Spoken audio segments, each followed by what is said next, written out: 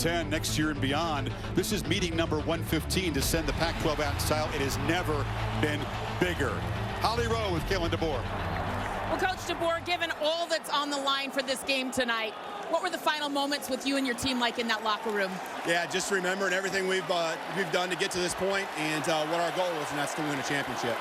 You guys have had to win games late the last couple of weeks. What's important to setting the tone early tonight? Yeah, we do usually a pretty good job of getting off to a fast start, and so that's always important, especially against these guys. And in the end, it's about how you finish too. And so, we're confident in that.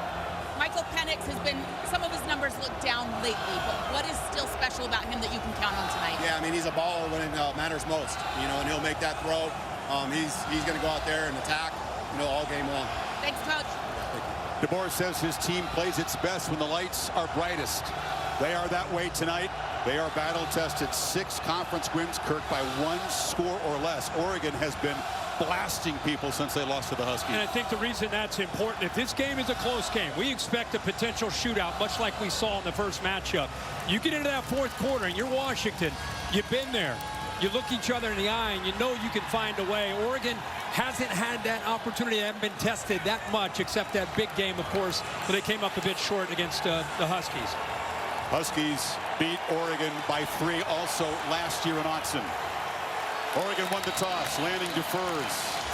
Penix and this high-powered Husky offense get the football first. And Cam Lewis, who played a significant role in the first meeting, just missing a potential game-tying field goal wide right. Daniel Ngata, deep for the Huskies. Here we go, the final chapter in the history of the Pac-12, and the stakes couldn't be higher.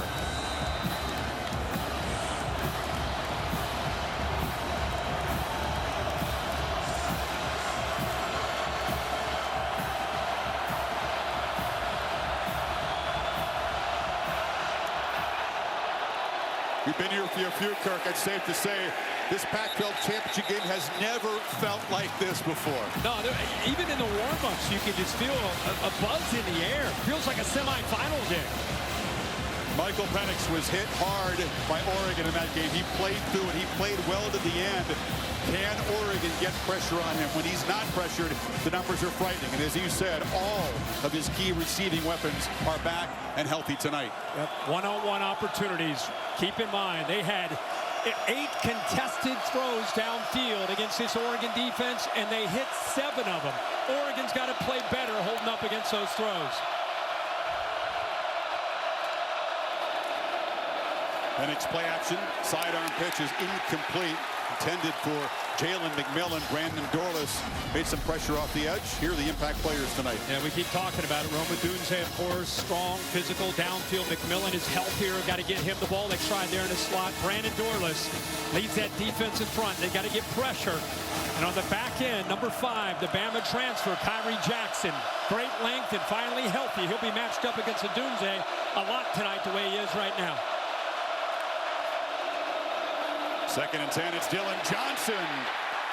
Muscling forward for about 9. The Husky offensive line hoping to spring him. He was impressive and important in the first meeting. Yeah, very undervalued, maybe overlooked aspect of Washington. So much attention on the quarterbacks and the receivers. This group, there's continuity. They're healthy. They play, I think, with a certain level, a little bit of a chip on their shoulder. And this offense runs the ball a lot better than people really recognize. And I think it's a big aspect tonight of their attack. Johnson and Jeremy Bernard in the backfield. And the carry off the left side is just enough to move the 6 before Dante Manning got him down. This is, again, I love how you said that to remind people on a national level. This is a bitter rivalry. So you get in these short yardage situations. You're going to see some big hits. That time Manning, the corner, asked to come up and run support, just allows Washington to be able to pick up that first down. After a first down, don't be surprised. They get man coverage. They get somebody isolated. They'll take a shot downfield.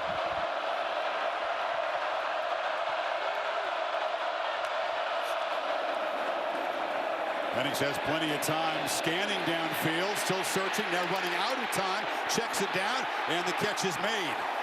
And that's Johnson out of the backfield. Well, that is a great job of keeping this play alive. He looks to the right to receivers. He has Polk there. He comes off of it. Great coverage. Almost a coverage sack. But a good job of checking it down there to Johnson out of the backfield to take a negative and turn it into a positive. Yeah, you give Penix that much time, Kirk, you got problems covering this group. He senses pressure. That's why he's making a check. Looks like Oregon's still coming. Johnson. Heavy traffic along the boundary, and he's stopped right at the line of scrimmage. Mace Funa, among others. It'll be third down.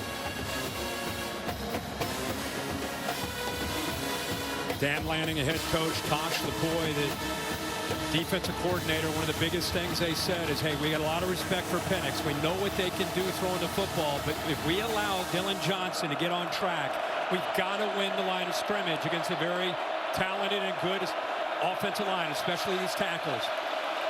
They do not want to have to overcommit to this run game.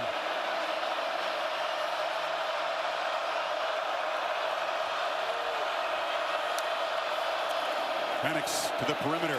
Catch made by McMillan, who gets around the corner and scoots for a first down inside the next 45. Good for the Huskies to have their top slot receiver back. Yeah, McMillan has a cushion right here, so he's just going to get the ball out immediately. That's just pre-snap recognition. He's got a couple blockers out in front of him, and I really believe this is the aspect of the offense that they've missed. They've done a good job of surviving, but McMillan's a difference maker. They haven't had him since really at Michigan State week 2, 100% healthy. You can see he's got a different step tonight. Pitch to the far side. This is Ramo Dunze, one of the elite receivers, one of the top guys on Mel Kiper's draft board. Picks up 6. What are you seeing right now? They're attacking the perimeter with these quick throws, trying to get the ball out there. They got blockers in front. That time it was a Dunze. Before that, they got the ball out to McMillan. We got an Oregon player down. Looks like a transfer from South Carolina, Jordan Birch. Powerful, athletic edge rusher, a key guy on this defense. Big guy, 6'6", 290. Just every week got better in this scheme after transferring. Big Favoring man. a leg as he comes off. Yeah.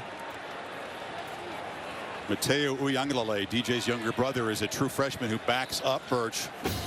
It's an excellent group in front. They like this matchup against the Huskies offensive line. Now Washington doing well so far in the early stages. Yeah, they are.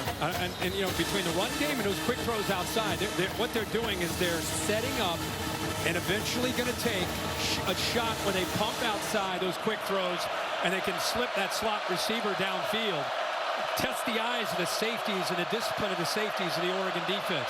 Tight end Jack Westover to the left of Penix in the backfield. And the throw, miscommunication there, almost intercepted. Tyree Jackson came across, but Dunze didn't expect the ball there. Yeah, you're right. Watch the receivers. You said the miscommunication. They're blocking downfield. They have no idea that this ball is being thrown to them. Boy, did they catch a break. You know, in a game like this, it's the miscommunication, it's the air. And that's Michael Penix saying, hey, man, that one's on me. Offensive. You know, it looked like he was going to attack left. The receivers were set up. Both on the left were looking for the football, and on the right, they're downfield blocking. It's a play you'd frankly expect Tyree Jackson to make. He's got a couple picks on the year. He has long arms on the football. So it's 3rd and 5, and Washington again not clicking here. We'll take a timeout before this play. Huskies on the move. Play 9 of the drive coming up when you come back. Nix and Penix fully aware how good each of them has to be tonight because their counterpart is so good. You cannot afford too many empty possessions in a game like this. No, and this is how Penix wanted to get this game started. Balanced attack, a lot of different formations, staying on schedule. They've had a 3rd and 1, a 3rd and 2, and now we get to this 3rd and 5 in plus territory. Kalen DeBoer may be thinking go for it here depending on the outcome of this play. Both coaches have been aggressive throughout the season.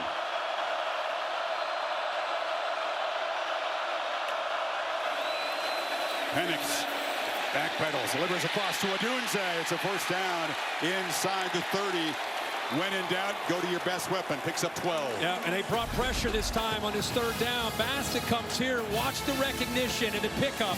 And then the feel by Penix. Nice job of picking it up. Penix moves, keeps his feet and his balance, and makes an accurate throw. Boy, when he gets his feet settled, He is going to put it right on the face mask of these receivers.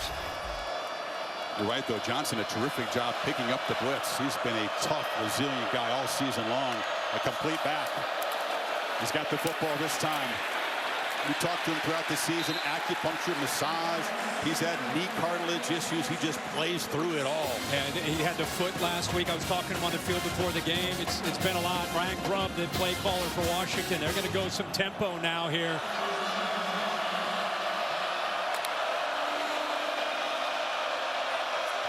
Play 11 of this opening drive as Nix can just sit, watch, and wait for his turn. Yeah, 4 runs, 6 passes.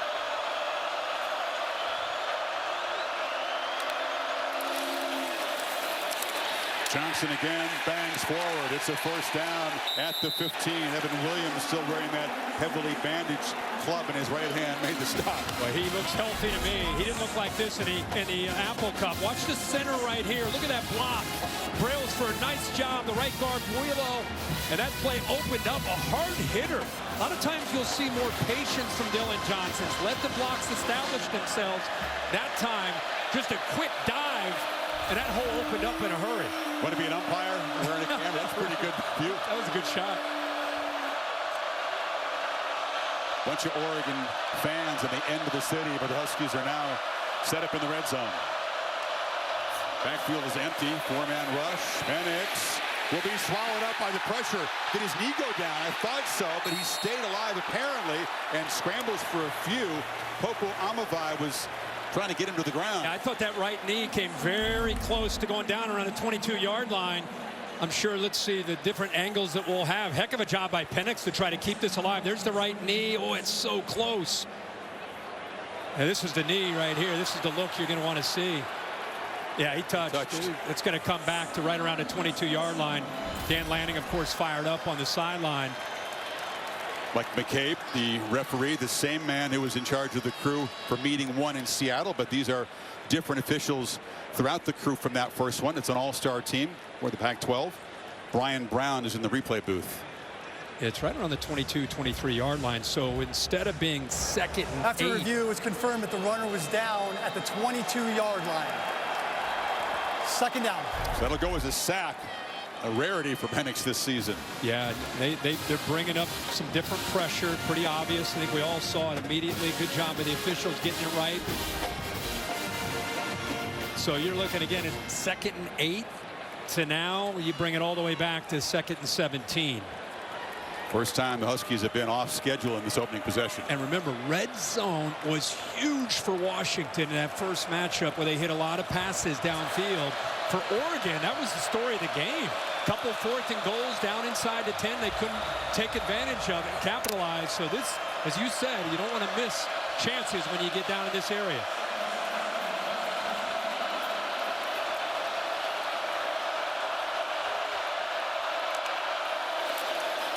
Johnson's got the football on 2nd and long, and he stumbles as he tries to get to the edge. Picks up just a yard, and now 3rd and very long. Defense is flying. You know, anytime you move into deeper, this kind of near the high red zone area. Dan Lanning, historically, he and Tosh Lavoie, like most aggressive defensive minds, they like to dial up things, attack the line of scrimmage, and make those windows that much tougher on the quarterback. Play 14 of this drive. Need to get all the way down to the 6-yard line to convert. Chris, Odunze down here, and they got a safety over top to help. Penix looking that direction, now goes to the other side, throws to the end zone. McMillan could not haul it in. A pinpoint throw. It was very close. 4th down. Very tight. We talked about here's a safety to take away Odunze. You're going to see another safety get back in this area to try to help on any shot downfield. There's Evan Williams dropping. He still is able to squeeze that in there, able to get that behind Tysheem Johnson. There's Odunze. That's the matchup we wanted to see with Kyrie Jackson. So Grady Gross just awarded a scholarship after a game-winning field goal to beat Wazoo in the Apple Cup, but he had missed his previous 3 kicks from 38 to put the Huskies up early here. No problem for Gross, the sophomore from Scottsdale. But a red zone stall after a 15-play drive means that Bo Nix, the Ducks, will take over down just 3-zip. And I'm with you. He got that in there. Yeah. I mean, he only went up with one. Probably going to see these two teams again. Clearly the class of the Pac-12 in its final year of existence. And now, Kirk, this is kind of one of those Vegas, Texas Hold'em games that you hang out in the high roller room. The right. Huskies and the Ducks are in. The Beavers were in the game for a while. Yeah. They had to fold. Shut it down. Oregon comes in as a solid favorite here. Washington calls, enjoying the underdog role tonight. Yeah, the flop, River, the Heisman Trophy, that's in play very much for the winning quarterback You're going tonight. way too fast for me. You want to slow things down? No, no. Blackjack guy.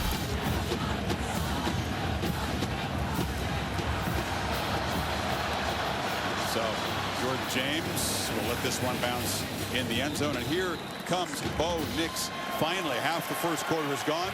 Oregon's first possession, start number 60. It all began for him against the Ducks, of course, in late August of 2019. We were there to call that game. It's fun to be here for start 60.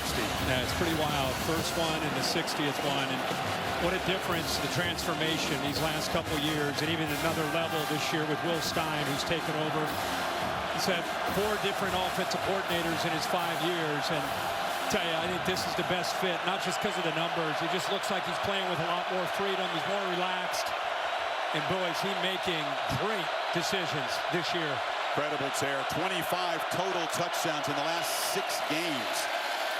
His first read was taken away, and he bounced it right off of the umpire. Coming across was Troy Franklin. I don't think he bounced it. He hit him right in the chest. And that was. This ought to be a good shot. He's trying to get out of the way. We appreciate it because he's got that camera on his left ear. But boy, that direct hit. There's a shot for you right there. Ba-boom! Big fella. Takes a hit. I talked to him before the game. I said, anyone ever worn this before? I said, I don't know. Maybe you're making history tonight. Well, we appreciate it. I told him to get that, turn his head to the right so we can get that camera. 2nd and 10 again, targeting Franklin, but not on the same page yet. And he's certainly one of the high-impact players tonight for Oregon. Yeah, Franklin that time a little bit hesitant. He's one of our impact players. Bucky Irving, what an outstanding back. Number 0, Thule in the inside. Their best run defender, 91's going off in his passing situation. And the best cover man won it tonight. He had it, Corvallis, a few weeks ago when we were there. Can cover, loves to be on an island, loves to be challenged. The transfer out of Oklahoma State. Oregon elite on 3rd down, one of the best in the country. They need 10 here. Nix gets it out again, looking for Franklin. It is broken up. Reaching around was Thaddeus Dixon. A quick 3 and out, 3 incompletions. But when they spread the field with all these receivers, it's not just Jamar Muhammad and Elijah Jackson. You got to have other corners that can step up there. Boy, he might have gotten away with a little pull there with the left arm, and you can see the length that he's able to actually get involved in knocking that ball loose. So a great play with the right arm. That left arm looked like he may have hooked the receiver and got away with it. Ross James only had 22 punts this season, rarely used. Drives Jeremy Bernard back to the 20. Bernard reverses field.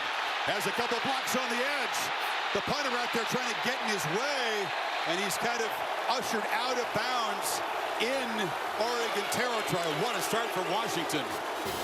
Well, anytime you get a big return, you got to make the first couple guys miss. And there's a missed tackle. Now he shakes. Now he's got the wall. And he's got blockers in front of him. So that's a great effort here by Bernard, who was a former high school running back. And he shows that ability in space right here. Sets it up. And then the speed to get to the corner. High school running back right here in Las Vegas. Yeah. Like Godunze, he's playing a homecoming game with a lot of friends and family looking on. And a 30-yard return sets up Penix right at midfield. This Oregon defense got to think, wait a second, we were just out here 10 seconds ago, because that's how much that Oregon drive took on the play clock. On the edge, Jalen Polk involved for the first time. Another one of those elite receivers. Picks up about 7. You know, Kalen DeBoer does such a good job with what he's created with his Husky program in just a couple years. Hit the ground running last year. You know, something to keep in mind with the special teams. Washington's been great all year. Oregon, that's been a bit of an Achilles heel. We'll watch that all game. Johnson makes a cut, Dylan Johnson rumbles into the secondary, bangs down to the 26. This Husky offense clicking right now. Now they're pulling linemen out here and out here. You think this play's going to bounce, but this is the vision of 7. Foot in the ground, cut back. Good job on the backside blocks there. The center, Brailsford, makes a key block. Outstanding vision. And I'm telling you, this guy runs with serious power. He's explosive. Bucks will have a serious problem if they can't stop Johnson better than this. 41 yards already on his 7 carries. Got 16 that time. That's the debate, as you mentioned. How heavy does the box have to be to stop number 7 from running? Blitz, ball out quickly. Polk, so elusive.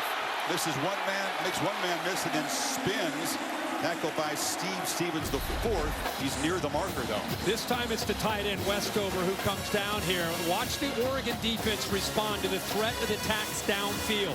They're so concerned with how explosive Washington can be. Remember, first matchup, 7 of 8 contested balls brought in and caught by Washington. Oregon is determined not to give up those big plays. Penix seeing that, they're forcing him to be patient, and he's getting the ball out quick to these receivers, letting them do it after the catch so far. Hard to figure out who you're going to double when you face this Husky team. So many weapons. And 2nd and 1. Johnson off the right side, just running down here, looking very easy for the guys up front so far. That time it's Kalepo who they're using him as a polar quite a bit tonight. The center, Brailsford, Kalepo, the left tackle. Rosengarten, the right tackle. They've gotten out. This is a very underrated offensive line. Looks like Dylan Johnson would check out. And they bring Nixon into the game. Actually, bring Rich Newton, the physical back, 6. Newton. Excellent job flying up to make the play. That time, Justin Jacobs, the transfer from Iowa. So the second red zone possession, they stalled down here a few minutes ago. Washington would love to just take advantage of this early momentum, stretch it to 10. Yeah, the way they played, you don't want to have to settle for another field goal. You know, our first time we had this game, Justin Jacobs, he missed the first 6 games. He was not in that matchup. He's been coming around. He had a toe injury early, and you can see how quick he's able to diagnose and get downhill. That was a good play that time against the run. Receivers are bunched, and now Odunze comes in motion across to the right. Penix looking that direction, fires to the pylon, and a flag comes out. Odunze was covered by Dante Manning. Looks like pass interference. At the top of the route, Manning grabbed onto him. It wasn't after, as he tried to get to the football. It was at the top of the route he grabbed onto the jersey. The back shoulder fade, Oregon has been drilled on all week. Defense number 8. Half the distance to the goal. Automatic first down. See that as he was trying to get to the top of the route to work his way back, and again, Penix, I think, throws that back shoulder fade better than anybody in the country. Oregon trying to defend that, be aware of it, but that time just got 2 hands there. So first down and goal just outside the 5. A couple of tight ends in the game for the Huskies. Here it is right here, Chris. Really good look at it. Grabs a hold of that jersey.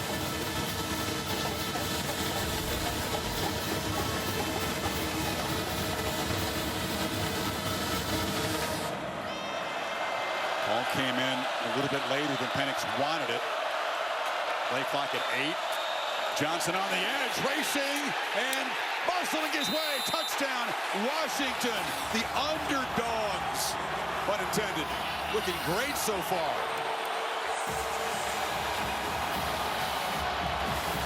Well, here's the AT&T clicker. Odunze's out here. He's manned up. He's going to come here and then just try to pin this to open it up. And watch this. There's nobody on the edge of this defense. Once Odunze makes that block on the safety, nobody there on the edge. He just walks to the end zone. So they do punch it in this time in a red zone. This has got to be shocking to Dan Lanning and Tosh Shipway. They really felt like their guys would have a physical edge against Washington. The Huskies have run 20 plays scored 10 points. Nix and company 3 plays so far. And they're known for their ability to throw the football. But these first couple drives, man, it's been about the running game to set up opportunities in the pass. Aerial coverage in Vegas provided by Goodyear, celebrating the challenge of road games everywhere. Are you ready for the road? Goodyear, more driven. U2 at the Sphere tonight. That's pretty cool. 3 hours from now, they continue their residency. Well, this is Kyrie Jackson, one of the guys who's played in more big championship games from his days at Bama than the other guys, and trying to get his DBs to, he said, settle down. Yeah, I mean, these first 2 drives, at 10 minutes and 49 seconds, but they controlled the clock up to this point, running and throwing.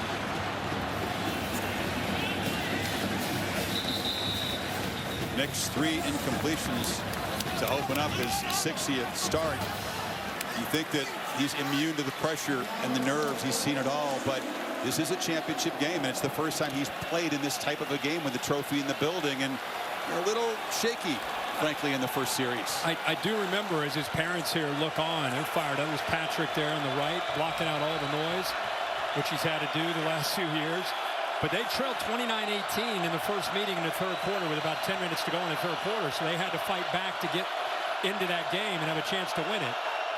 Oh, yeah, plenty of time to settle in, but extra attention now on this early series for the Ducks. Can they get Bucky Irving going? Can they get their typical offensive balance? Irving's got it, and he's met right in the hole by Tupatala. He was out against the Beavers in the Civil War. Good to have him back tonight. Tupatala gets downhill. Boy, he is outstanding. Plays with intelligence and instincts. You talked about Bucky Irving. He was ready for it there.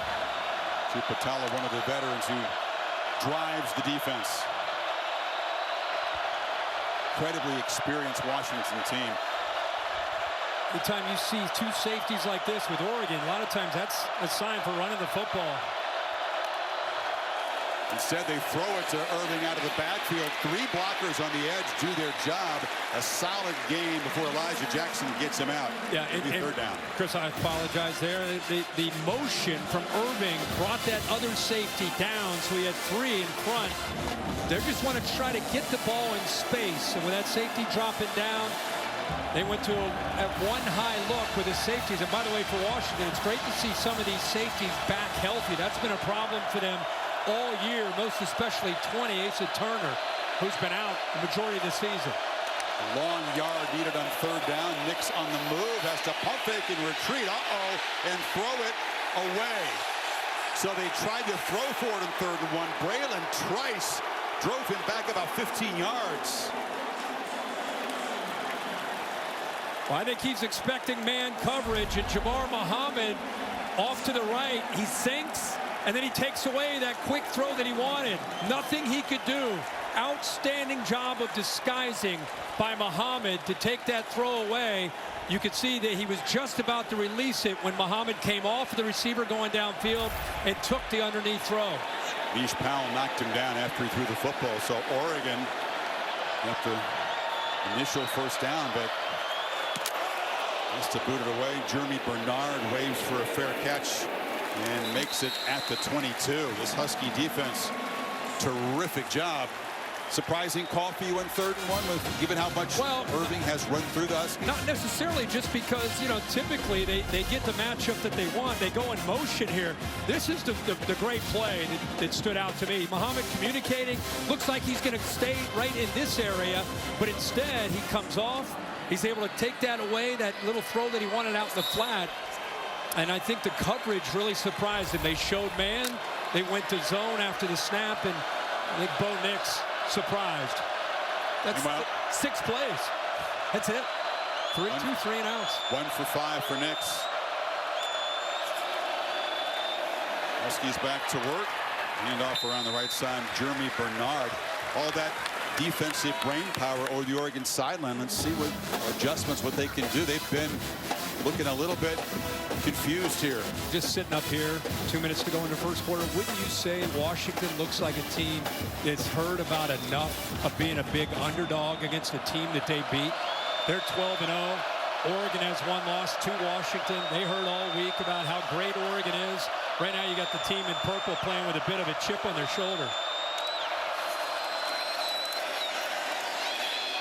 feel for Polk. It's over his hands. Almost unprecedented, Kirk, to have a team undefeated running the gauntlet in the Pac-12 in a deep year, almost a double-digit underdog, as you said, over a team that they did beat in a tight game, but it's very, very unusual in the history of the sport. Yeah, no doubt, and I think Kalen DeBoer, it's not like he has his head in the sand. You know, this day and age, of course, coaches always looking for a little bit extra to get 18 to 22-year-olds fired up. Don't think he hadn't brought to their attention that people don't respect them. They're an underdog. They were an underdog in Corvallis against Oregon State. So they feed off of that negativity and use it as motivation. Penix on the move on third down. Throws it far side. Catch is made. Now, where will they spot him? Odunze caught the football, and it looks like forward progress will move the sticks. Yeah, he caught it right at the sticks. Well, that's a great look at it right there. I mean, that's right on the line. Bill, what do you think of that? Hey, that's an excellent job by the officials to get that spot because he got hit and knocked back. It is a first down. Good call. Johnson, the nickelback, made a nice play. They knew exactly where he was. They were trying to go fast because of that, getting that first down. They weren't lined up. Offense. Not all 11 players were set. 5-yard penalty. Remains first down. Nobody shifts and moves before the snap, quite like Washington. They don't play a high tempo, but they force you to feel rushed on defense because they move around so much. And especially after that completion where it was really close and before Dan Lanning could potentially challenge that. Hey, let's hurry up. But the receiver's not quite set. So they have not been behind the sticks. They've been dictating things by being positive on first and second down. On first and 15. Slant. Odunze takes a big shot, met immediately after he caught the ball by Johnson. Short gain. The NFL is going to love Odunze. 6'3", 215. Has the ability to go downfield. They move him around, but you can see he is a tough dude. Local guy out of Bishop Gorman, a national powerhouse high school football program. As you said, these guys that are coming back home are fired up, he and Bernard. One of 3 Biletnikoff finalists to the top receiver in the country. 800-yard games for Odunze. 2nd and 9, final minute of the quarter. They bring late pressure. Penix gets it out, and it's Giles Jackson, who is taking a redshirt year. He played 4 regular season games to keep that red shirt, but now he's turned loose in the postseason. One of the things that hurt Oregon in that first game, Chris, was the corner play. Remember, Kyrie Jackson had a hip that game. He was trying to fight through it. He just hurt his wrist, it looked like, or his hand on that last play to Odunze. So he went out for a play. He does not look comfortable, but they know how important he is to this defense. A dominant quarter for the Huskies. Total yards 117-9, and the lead is 10. Back for quarter 2 after this message and a word from your local ABC station. Surprising to most, Ducks 2-3 and outs, 6 plays in the quarter. Huskies 8 first downs. Beautiful balance running and passing. They face a 3rd and 5 here to begin the quarter. They were 4 of 5 converting in the first quarter. Balanced attack again. Ryan Grubb has a great plan. 12 runs, 13 passes. Staying on schedule, giving Penix and his offense a real good chance to convert on those 4 or 5. Oregon showing that pressure.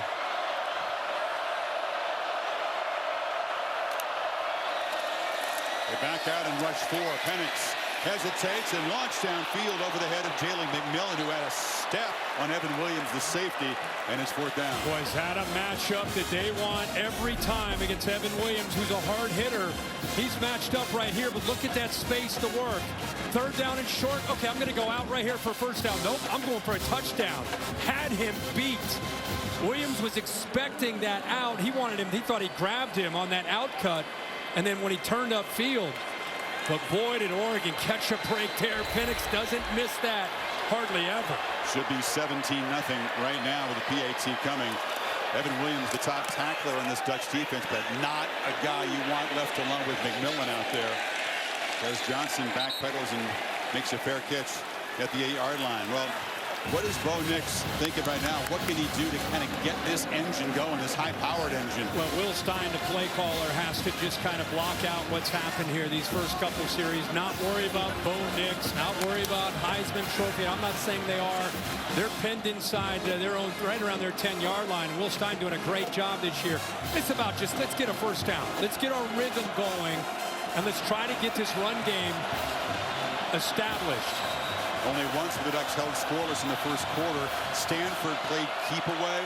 Knicks had very few opportunities, but it was only 3-0 after the quarter. And they, of course, turned it around and hammered the Cardinal. Different deal tonight against this team. Irving stopped after a 3-yard gain. Carson Bruner has been a tackling machine lately. Got him down. Ollie? Well, Bo Nix has been on a roller coaster throughout his college football career, but it was just this year he decided to seek out a sports psychologist at Oregon. Dr. McCullough has worked with both Justin Herbert, Marcus Mariota, guys who've been in this position before, and he said he worked this week on just being present in the moment, not putting too much on it, having his mindset be calm. And even though it hasn't gone well here early, he's been super calm and composed on the sideline. Nix complete underneath to Tez Johnson, who spins free. Johnson, very elusive, very dangerous with the football, and that's their first down. He picks up 17 yards. He's got great body control. He does a good job showing what he can do after a catch. Looks left, comes back right, makes a nice throw. This is what's special right there. Young man who transferred over from Troy. Johnson again slips a tackle. He got through the grasp there and is knocked out by Trice. Yeah, if he goes for close to 60 yards tonight through the air, he'll go over 1,000 yards on the season. You know, 11, Troy Franklin gets most of the attention. He's had a monster year for Bo Nix, but Tez Johnson doing a good job, and a couple throws, they're able to dig themselves out of that hole where they were back at their own 10. Johnson was a weapon in the first meeting with 7 catches against UW. Two-back look. Jordan James joining Irving here on 2nd and 3. Nix has the keys to the offense. Does a lot of checking.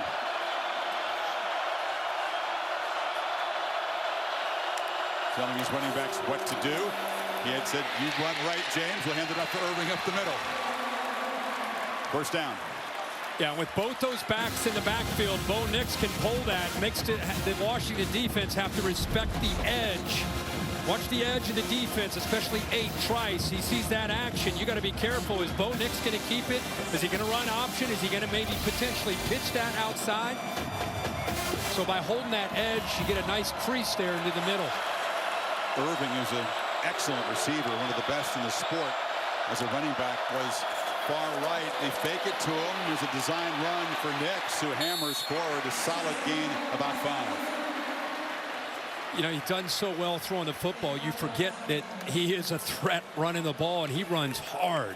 You know, going back to his Auburn days, coming out of high school, he was one of the top dual threat quarterbacks, and it's a nice little part of their offense to make you have to respect the threat of him holding that ball and keeping it off those reads. Carson Bruner out of the game for the Huskies on a 2nd and 5 play. Nix is pressured, gets it out quickly. Catch is made over the middle by Terrence Ferguson, the tight end, who's been limited with a foot injury this week, playing through some pain.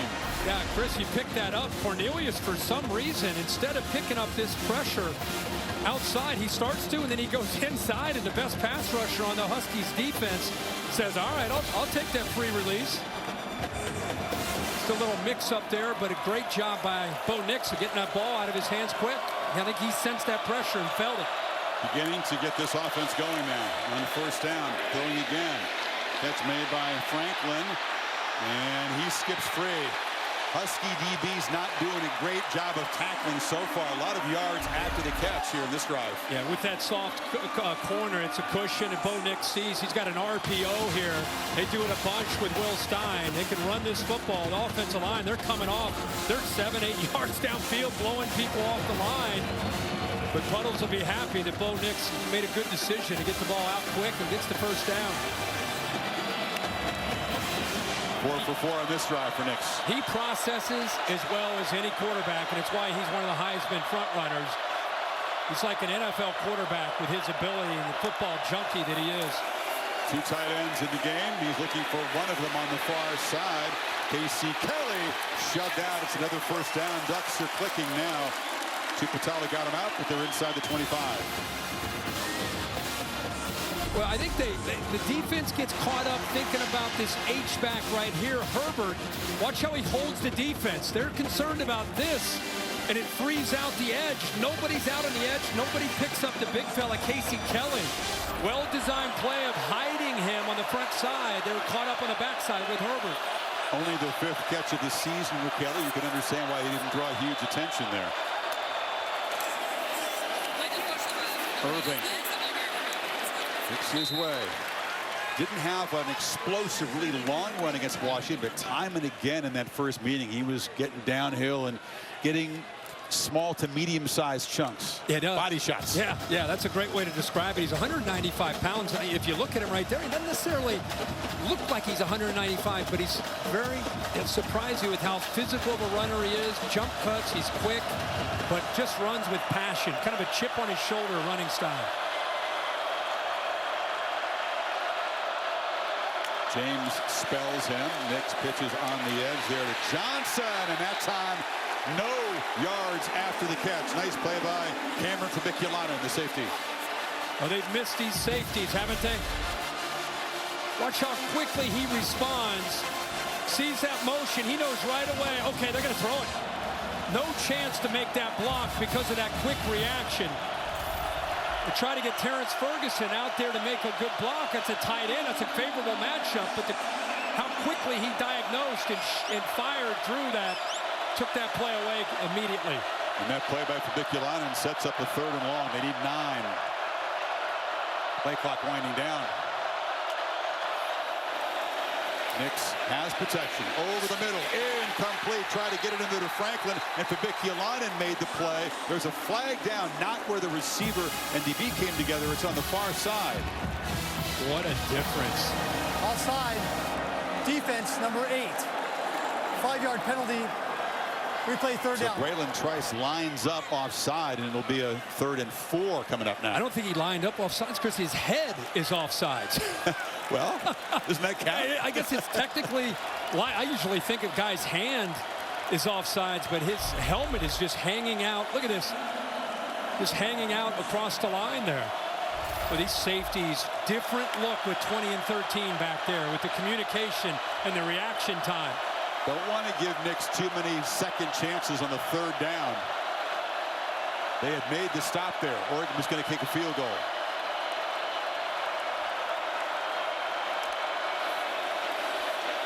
Slant, incomplete. Again, very well defended by Jabbar Muhammad, who draws that box and says thumbs down. This area is closed tonight.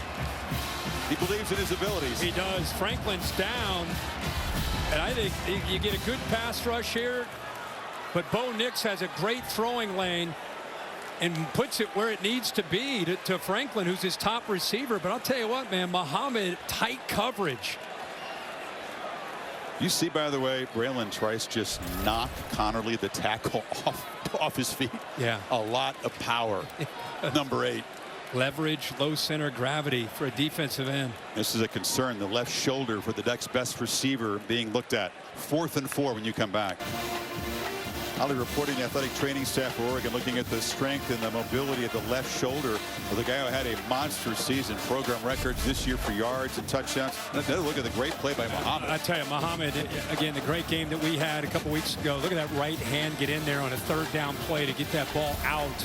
13 starts at Oklahoma State last year. He's the most tested corner in the Power 5. He keeps saying, bring it. I love those opportunities to make plays like that. So here's Cam Lewis in his 5th year. His first college football game was against Bo Nix in 19 when Nix played for Auburn. Hasn't been rock solid this season or the second half of the season, but from 35, Lewis knocks it right through, and the Ducks are on the board. It was a 72-yard drive in 12 plays. Not what they were looking for, but they cut the lead to 7. Pac-12 Championship on ABC is presented by Dr. Pepper, the one fans deserve.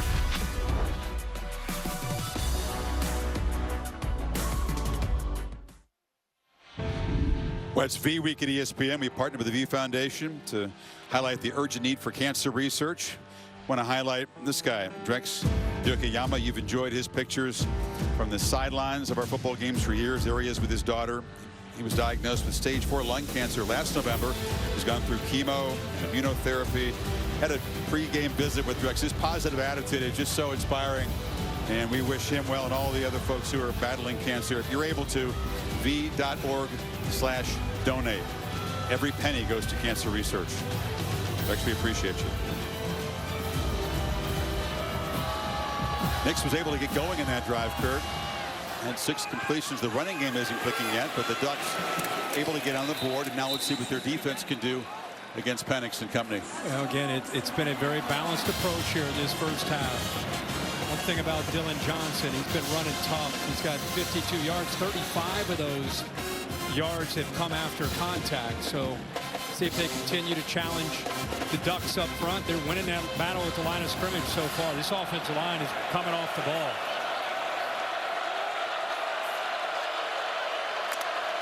Penix 9 for 14, mostly underneath completions. Did miss McMillan on a play that could have made it 17-0. The overthrow in the last series. It's Polk motions. Penix looks downfield and finds Odunze. So tough to cover him. They beat Johnson, the nickelback. Yeah, what a matchup against Johnson in the slot. They moved him outside. Now they get him inside. That's the matchup that they wanted. Doesn't get a hand on him. Doesn't slow him down. And you allow Penix to be able to throw in rhythm. Nobody close to him. They're going to hit that 10 out of 10 times. Big gain to get this drive started. How about that route? 2 moves in there. Tough enough to stay with him with 1 move.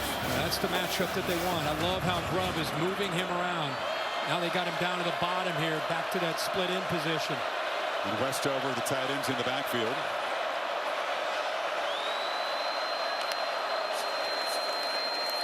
Penix took a look at Odunze. He was covered, now checks it down to Westover, who picks up about 4 before Jacobs knocks him down. A big story to me that's unfolding continues to be the line of scrimmage, not just the run game.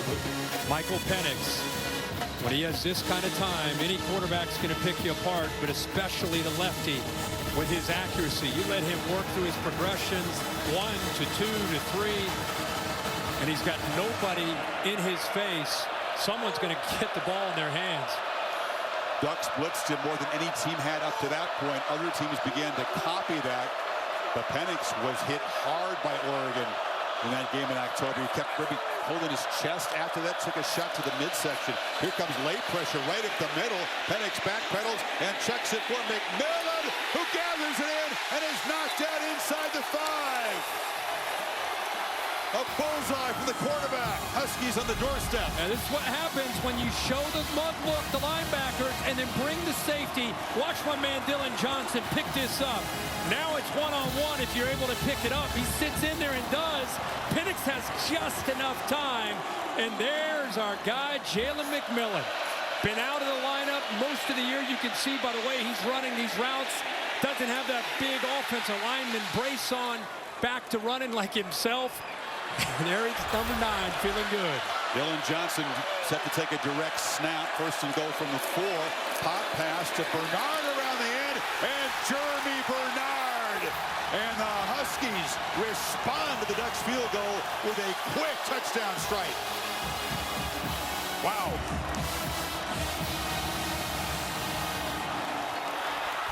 Watch these tight ends right here, all 3 of them, and watch how they pave the way. Great job of setting the edge, and then 37 Westover is lined up. He's a tight end. He's lined up as a fullback. Bang! That block makes it easy. You think he's going to keep it, but instead he gives it to Bernard, that high school running back, and he shows you what he can do with a football in his hands. Bernard saying it feels extra sweet back in my hometown. He and Odunze. You get Eddie Ulafosio on the defensive side. 3 guys from Vegas here. Line of scrimmage. How surprised are you, by the way? Very surprised. Yeah. Very, because you know about Penix, right? You know what he can do. Offense. You know what the receivers can do. 5-yard penalty. But the offensive line has been an incredible success for Washington. And their protection hasn't been as sharp, and I'm sure there have been some conversations. You know, Scott Huff's the offensive line coach. The quarterback wasn't exactly thrown to the ground a lot, but he was pressured and hurried more in recent weeks. But I'm just talking overall, the battle up front. Man, Purple dominating so far. Long way to go. There's a long way to go, but this is the biggest deficit the Ducks have faced this season, down 14. They've been crushing people. How great is it to see McMillan back to pick up the blitz there by Dylan Johnson. Then he gives the direct snap to Johnson. Instead of keeping it, gives it to Bernard. Great blocks on that left side. He takes it in. At halftime, the Dr. Pepper tuition giveaway. A couple of deserving students are going to compete for a life-changing $100,000 grand prize in tuition from Dr. Pepper. Coaching anybody up this time? No. I just anything but the like the foot. Oh, you don't like the chest pass? No, I'm not a big fan of that. We're big fans of Dylan Johnson just because of the way he approaches the game and leaving Mississippi State where he was productive. He's got a son, picked out this offense to showcase his skills for his future. He's got his first career touchdown pass. That little pop pass to Bernard counts as a forward pass. So he's 1 for 1. High percentage pass. Yeah. Well, if you're an Oregon fan, you're still battling. What happened on this last drive? Remember, they started at their own 10. The difference in finally getting this offense going, the ball was getting out.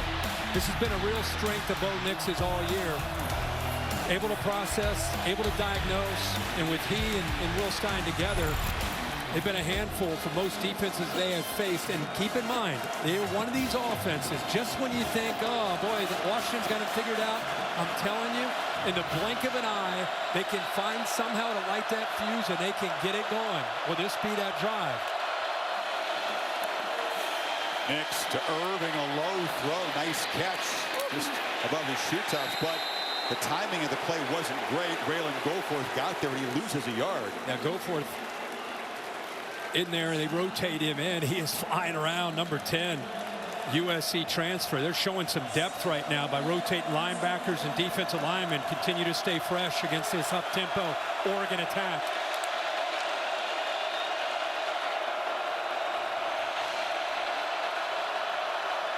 Goforth stepping in there. I still don't see Carson Bruner, an excellent linebacker. They've been looking at his shoulder in the Washington sideline. Not out there again for this series.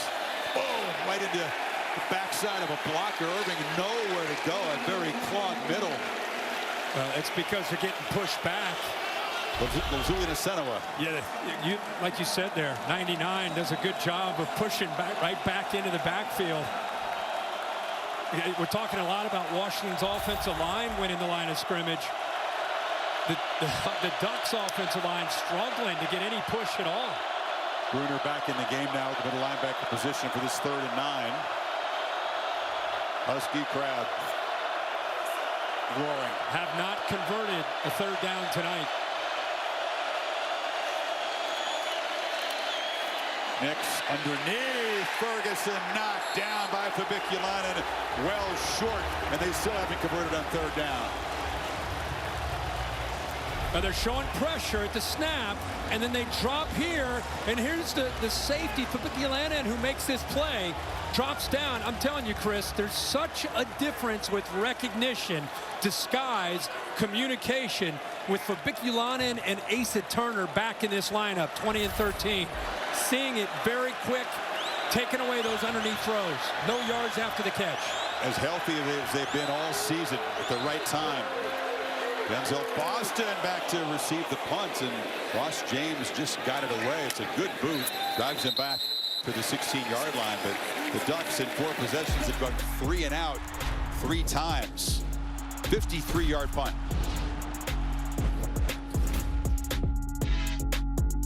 McFarland, Kevin Nagandi here in studio. Florida State having a major quarterback question mark. We will have more information on that. Speaking of quarterbacks, it's Michael Penix Jr. starring in Vegas. No doubt, and the Washington offensive coordinator Ryan Grubb is doing an outstanding job of taking advantage of the Oregon defense, and the physicality for the Huskies is controlling the game up and down the field. That's a surprise because Oregon was supposed to be the more physical team. Huskies got the message that they are dogs. Chris, Kirk, back to you. 4:37 before halftime. Penix and the Huskies trying to add to this 2-touchdown lead. From the pocket, looking for Odunze. Two guys were on him that time. Couldn't stop him. Out near midfield. He works from the left on a deep crossover. He's here, works all the way across. They have a linebacker that helps out here, Jeffrey Bassett, who's a former safety. So you're right, it's kind of essentially a bracket. But with his speed, acceleration, gets downfield, and Penix again has time. Those two are a lethal combination. That's a 34-yard chunk. Johnson cuts it back and gets about 3. Who on this Oregon defense can make a play at this point? Yeah, well, when your quarterback has time and he has that kind of accuracy, he's running away from Dante Manning, gets helped by the linebacker, but it doesn't matter. I mean, again, look at the accuracy. You know, they're winning the line of scrimmage. They're spreading the ball around. Odunze has 84. McMillan has 57. Johnson has 52 running the football. I mean, it's not one guy tonight. Here comes a reverse. Flea flicker and Penix back to Odunze, who gave it to Polk, who gave it to Penix, who gets it back to the receiver, who's got a first down inside the 40. I go right back to our Zoom with you and Holly and I, with Ryan Grubb, and I think it was Holly might have brought up maybe some trick plays, and he just kind of smiled and he said, yeah, you're going to see a few things, and here's one of the things he's talking about, the convoy in front of him. All of that, and they get enough for the first down. Ryan Grubb is dialing up right now. Steve Stevens fought through all those Husky blockers to make the tackle. That looked like it could have been a bigger. Yeah, he saved the touchdown.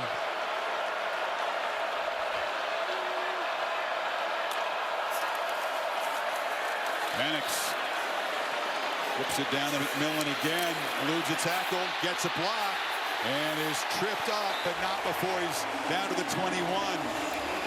Ali. Well, guys, Rome Odunze told us he has about 66 friends and family members here.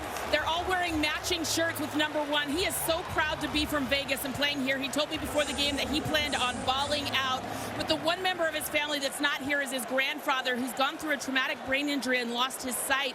He's at home, but he listens to every game. So, hey, Grandpa, Rome is doing great, and he's doing it in your honor here tonight. He was doing fantastic.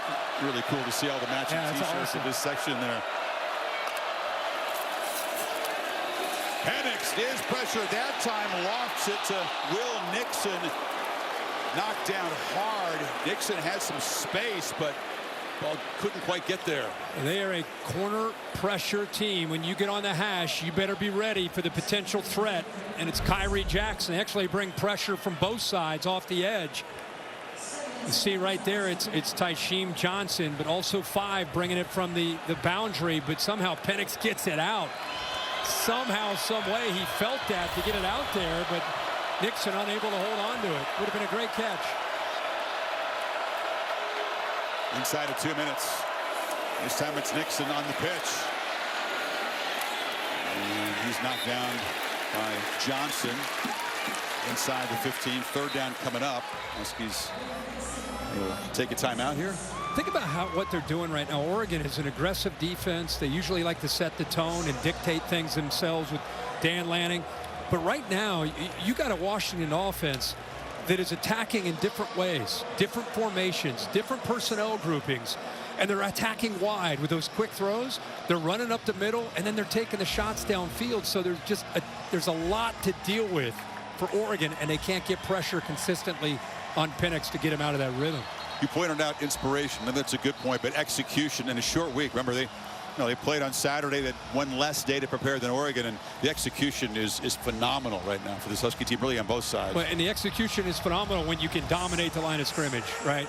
It allows one of the most accurate quarterbacks in the country to be able to throw with one hitch, ball is out, or he's able to survey the coverage and find that second or third option, and then they can run the ball.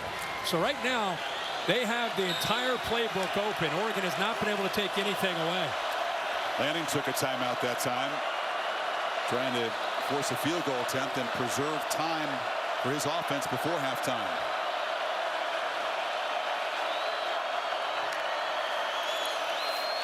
Quick pitch. That time Polk is wrestled down behind the line of scrimmage. They'll lose yardage. It's 4th down, and comes a field goal attempt. Yeah, big time play by Tysheem Johnson. They went empty They put Dylan Johnson all the way to the top out at the right, got him matched up against Kyrie Jackson. But I think they expected that quick throw. They had 5 linemen, and to be able to protect Michael Penix, that ball had to get out quickly, so smart play of anticipating the quick throw there by Johnson. So 64-yard drive, and Grady Gross on for his second field goal attempt. Using those 2 timeouts means that he'll give Knicks a chance before halftime to cut into the lead. And, of course, Oregon will get the ball to begin the third quarter. Here's the moment here. Michael Penix couldn't watch. He could not watch this game-winning field goal by Grady Gross. He had a little bit of a slump before that, but this moment in the locker room after the game winner to beat Wazoo. And you know what I hope Grady Gross is thankful for? The scholarship he's earned. It's great when it's celebrated by the teammates. It's amazing, frankly, that he wasn't on scholarship as the kicker all year. Nothing like that, though, right? I love it's the reaction from the teammates that make those videos. 37-yard attempts here, and he's 2 for 2 from 38 and 37. His first field goals as a scholarship kicker feel pretty good. No doubt about it, and I like what Dan Lanning did right there at the end of this half. Got the 2 timeouts, rolled the dice there, hoping they'd get a stop on 3rd down. They got it. They did it. They used that second timeout. Now, like you said, 1:39, depending on what happens here on this kickoff, the 1 timeout. And as bad as this first half is felt, what can Bo Nix do with this football? Because remember, they deferred. So they do get the ball to start the second half, but they need points here to get their confidence and to get themselves back into this game. Huskies had that marathon march that took half of the first quarter. Nix and the offense went out there and didn't look as calm and poised and dialed in as you expect him to. A little unsettled at the start. And again, only once have they been able to sustain any kind of drive. Again, 3 and outs. That doesn't happen for Oregon. No, still have not converted a 3rd down. So keep that in mind depending on what happens here on this drive.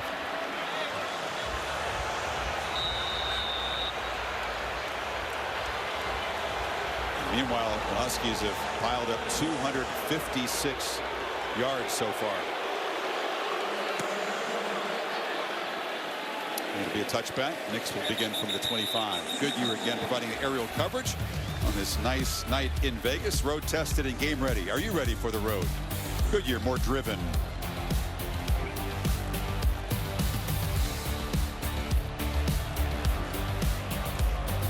When these teams have rematched in a conference championship game, typically the first time winner has won the second time. It's the old adage, hard to beat a good team twice. Yep. That's a pattern that's pretty held consistently here in the Pac-12. There's been a lot of rematches. Yep, no doubt about it. Chris, up top, Franklin, remember that shoulder hurt him? He has had a quiet first half. Their top receiver only 1 catch for 11 yards. Muhammad checking him on the left side. Nix is looking to the right. Across the middle, and the catch is made by Tez Johnson. Johnson eludes a man. And this drive off to a great start. He's knocked out about the 36. Thought there might be a flag. Hampton hit him in the paint. Watch how Bo Nix throws the ball back to the inside to bring his receiver back, where now he can make a play after the catch. Outstanding location on that football by Bo Nix. 39-yard gain. Villamanje says good no call.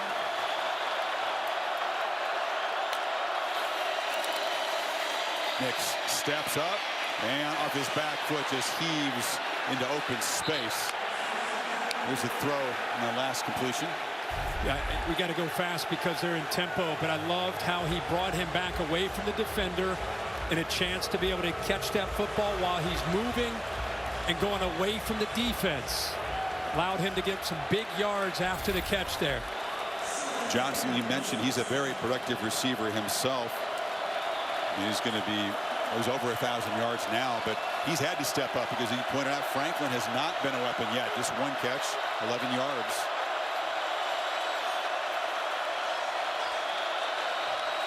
Play clock at 3. Off the play fake. Again, finding Franklin just for the second time. It's a first down inside the 25. Good job with that motion. With that motion, the corner had to respect that out to the flat. It made a nice, easy throwing lane, and Nix gets the ball out fast. Plenty of time here with the way they operate offensively, still with a 1 timeout and 1:05 to go.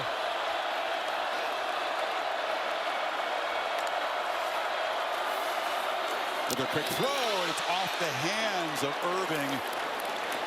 And the slant. Usually very sure-handed running back. Had him one-on-one against Goforth, the linebacker. They pulled him out split, like you said, his almost wide receiver skills.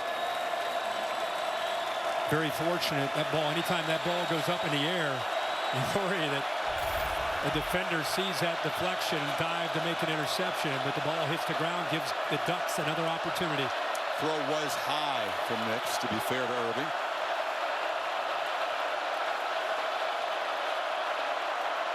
Play clock again down at 2. Nix looping throw, and that was Franklin and Muhammad, that matchup. Now a flag comes in, came in very late. Didn't see it initially. Muhammad says it was uncatchable, but it is a pass interference signal against Washington. Well, Franklin could not get around Muhammad. He was pretty proud of himself. He thought he played good in coverage. Bill, pass interference. Defense number 1. 15-yard penalty. Automatic first down. Bill, the slant and go on that second move, they engaged, but Muhammad has his eyes in the backfield. What'd you see there? I don't see anything that caused an advantage, disadvantage. I would have preferred a no call on that play. Okay, and in his position where he was, he's looking at the quarterback. That's why I thought typically they'd let that one go. That's a big call. Yep. Going to be 4th down. Now the Huskies are backed up. 1st and goal for Oregon.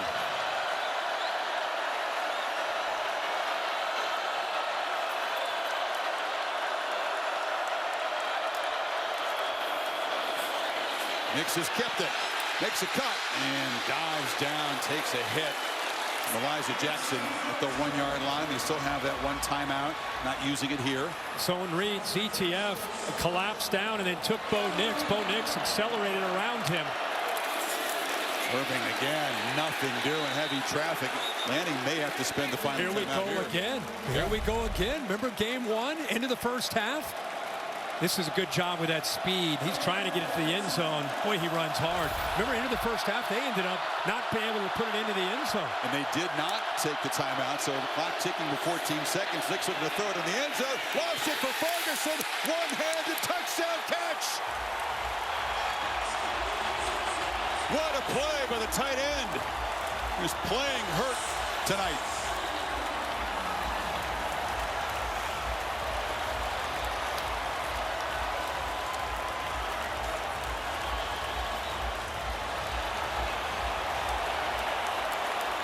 Nick's parents saying, checking that replay, yes, it counts.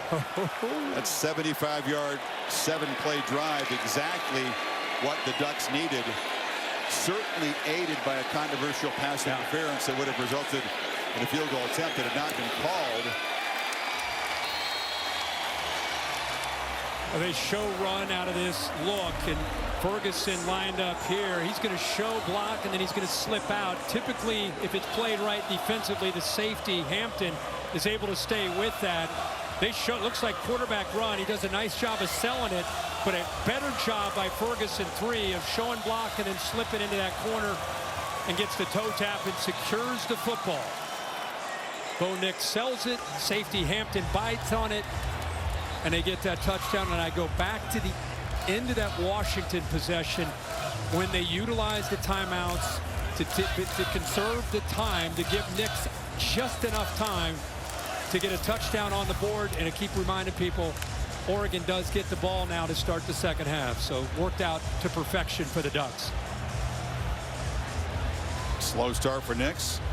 Since then, 11-14. Remember how effective he was as the game wore on. You know, for most of the second half, he had 1 incompletion against the Huskies in that first minute. He was 14 of his first 15 after halftime.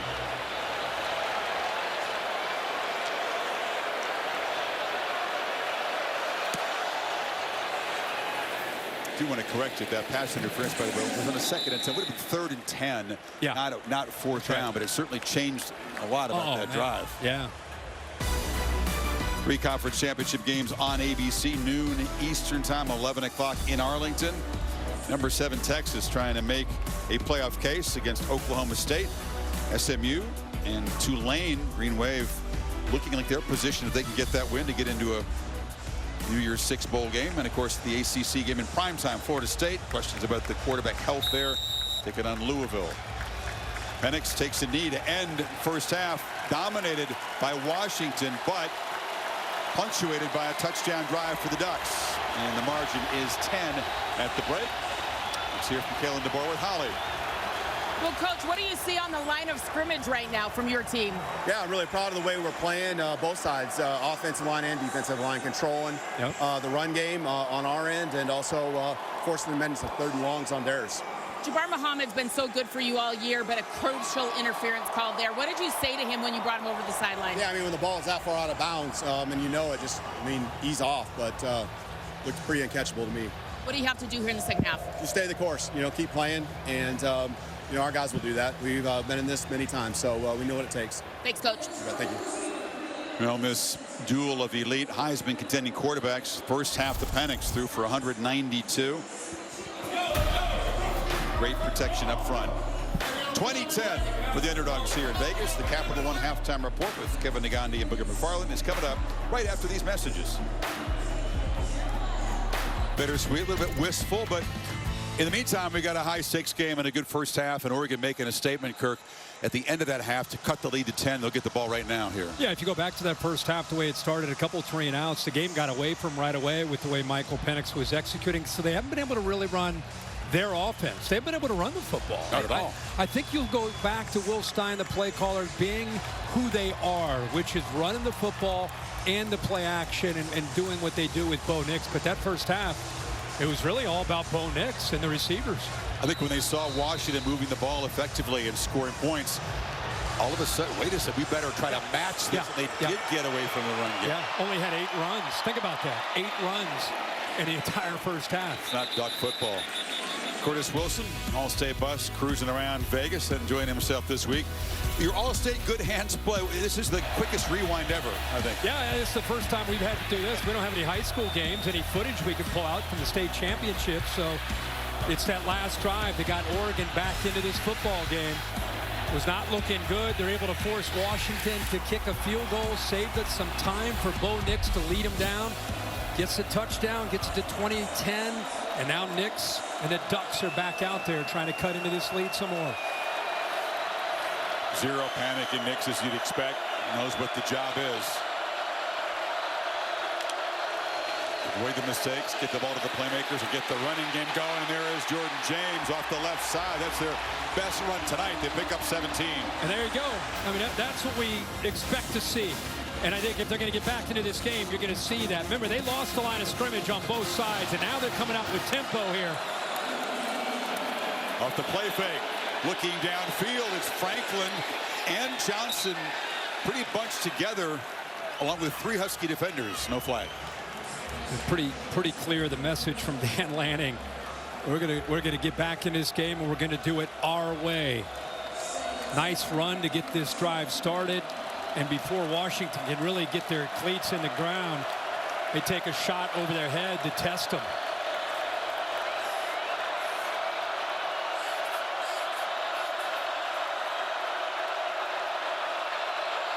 Noisiest Pac-12 championship game ever. Husky fans trying to make it tough on Nix at this moment.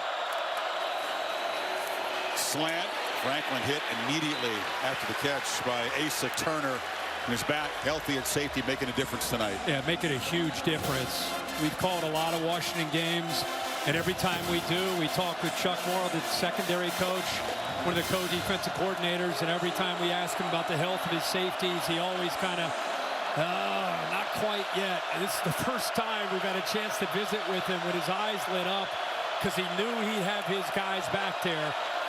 Experience, communication, just everything you need on the back end they have tonight. It's making a big difference. Shades of Washington's attack. A lot of pre-snap shifting by the Ducks. Nix backpedals, launches downfield, and trying to fight back to the football is Tez Johnson. Ducks fans hoping for another PI. Didn't get the call on Jackson. I think he predetermined where to go with the football, because if he would have given this a chance right there, if he throws that ball, it's a first down.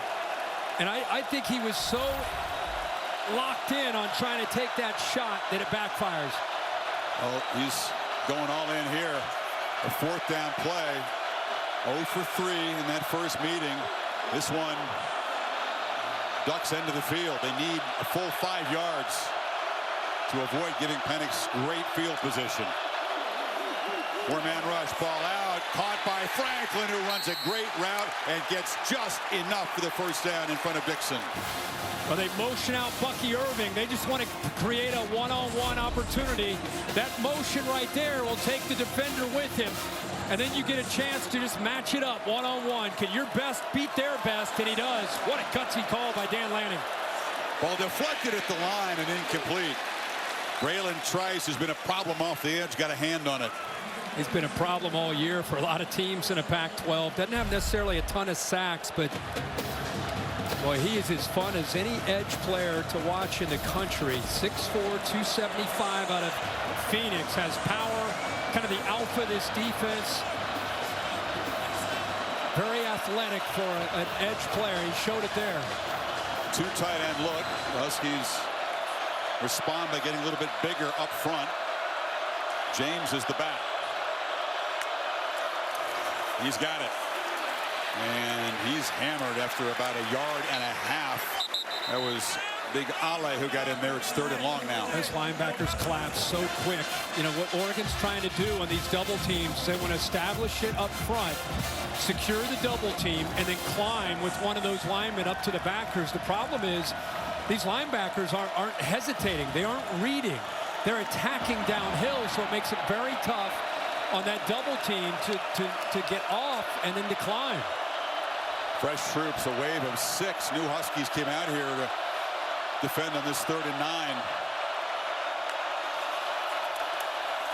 Nix against the 4-man rush. Beautiful throw downfield. It's Jordan James in stride.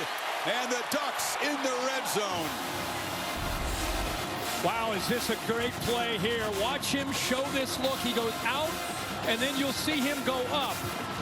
Completely catches this linebacker, isolated one-on-one.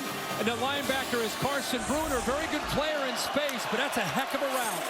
30-yard gain. Now James has it again, spinning and moving the ball down inside the 10. Oregon building a momentum from the end of the first half. You know, Bucky Irving gets a lot of credit, and he should. But like most good backfields that like to run the football, this combination of Bucky Irving and Jordan James is a lethal combo. And they're different styles. Irving is, you know, he's about 190, 195 pounds. Jordan James much bigger. You're a fan of his. You watched him play in Nashville. I watched him play since he's a freshman in high school, and very talented player.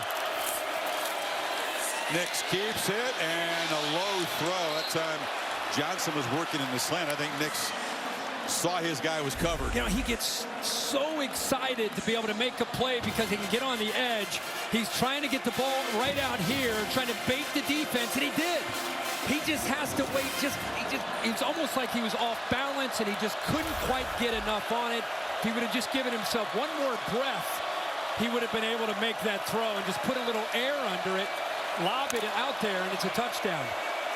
Another 3rd down. They need 2. Empty backfield. Irving stacked off to the left behind some big fellas. It's Johnson motioning across. They get it to Irving. And an effective play. A lot of beef in front of him. And the running back moves the ball to the 5. It's 1st and goal. Well, that's tipping your hand and saying, we don't care if you see it. Stop it. And they didn't get enough beef out there to deal with the big tight end and the left tackle. They put Braylon Trice out there, but they just didn't have enough manpower to be able to deal with that. See, I thought they might use it as a disguise. Instead, they said, hey, we're going to throw it out there. They do, and they pick up the 1st down. Now can they punch it in? Ducks 1 for 2 in the red zone in the first half. Fade to the end zone. Ferguson, who had a one-handed touchdown grab in the other corner of the end zone, couldn't collect that. Dom Hampton was in coverage. Well, remember, Hampton was the one who bit on the touchdown when Ferguson made that toe tap catch. This time, tight coverage. Bill, what do you think of that one? Both players are putting their hands on each other. I've got nothing. Okay. Bill's got to let him play mentality tonight. Yeah, we appreciate that. And I think a lot of that, what Bill sees is Hampton's playing the ball himself. That's why they let it go. 13 personnel, 3 tight ends for the Ducks here on 2nd and goal. Irving makes a cut So good at changing direction quickly in the hole, but knocked down at the 4, and it's 3rd and goal. Tuputala again getting downhill. That's who the linebacker he had to avoid along with Braylon Trice. Oregon struggles down here against Washington. They get inside the 5-yard line, and I don't know what it is. First matchup in Seattle. This matchup tonight, they got it. The only touchdown they had was trickery when they tried to bait him and make you think Bo Nix was running, and they threw it over top of him. It's tough to run the ball against Washington inside the 5. And they try to throw it. Nix gets pressure. Ducked underneath the pressure. Dives down. He's a couple yards short. Decision time for landing. It's 4th down. I thought Soa did a good job of containing Bo Nix. Bo Nix off that handoff. He wanted to get outside, but he had nowhere to go. They forced him back in where the defense could bring him down. But here we go again with Oregon in a 4th down situation against Washington down at the 2-yard line. Very reminiscent of the first matchup. When they were 0 for 3 on 4th down against the Huskies. Irving far to the left. Nix scrambles, fires to the end zone, low throw, touchdown! Terrence Ferguson for the 2nd time tonight. A 4th down touchdown, and here come the Ducks. Like we said, this offense can definitely do what they need to do. Watch right here. Just a really good job of Bo Nix. Watch his eyes. Watch how he works left. And then he comes back to the right. He's about to go into scramble mode. And right there, look how quick that release was. He saw Ferguson break away, and he gets the ball out of his hands. That's a Heisman-type moment there on 4th down in a championship game. Sure was. Does young Bo Nix, who played Oregon when he was 18, does he make that play, or is that a veteran play? It's a veteran play. That's vision downfield and seeing Ferguson break away there at the last second. And the 4th down troubles of game 1, not a factor on that drive. They convert 4th and 5 and 4th and 2 for the touchdown. 3 4th down attempts by the Ducks down there inside the 10-yard line. Again, Nix rolling out, holds the ball a long time and throws it into serious traffic. There was a mistake on the route early on in that play. Yeah. Now tonight. Yeah, tonight it's been a different story. Here's this play. Look how quick he gets rid of this like a shortstop. As soon as Ferguson breaks free, instead of taking that all the way around to the right, the way he did in the first matchup, he sees Ferguson work back to the inside, and that quick decision and release for the touchdown. And it was that 4th and 5 in the Ducks' end of the field early in the drive that was crucial. Got to believe Nix is responsible in both cases for selecting the right play. Absolutely. You know he's involved. Holly. Well, guys, I caught up with Dan Lanning. He had pulled Bo Nix aside before they took the field, and I said, what did you tell your quarterback in that moment? He said, keep playing your game. He admitted that Washington had some really good answers in the first half, but Dan Lanning told me, we have some answers of our own, and I think we just saw them on that drive. But defensively, they've got to take the elite wide receiving core out of this game, and Lanning said the number one thing is stopping the run. We're not putting Washington behind the chains, and we've got to get them off schedule. Speaking of answering, now it's time for Penix. They basically haven't run a real play since they had a huge lead at the end of the half there. Remember, it's 20 to 3, right, after they went down and kicked a field goal. And now it feels very different. It's just always amazing in this sport, especially in college football. The offense scores a couple touchdowns. There's Dylan Johnson, who was injured last week. He actually hurt it against Oregon State, was limping around last week, and now limping again tonight. Such a big part of it, but it's amazing. Oregon scores a couple on offense, and it ignites the defense, who've been dominated at the line of scrimmage tonight.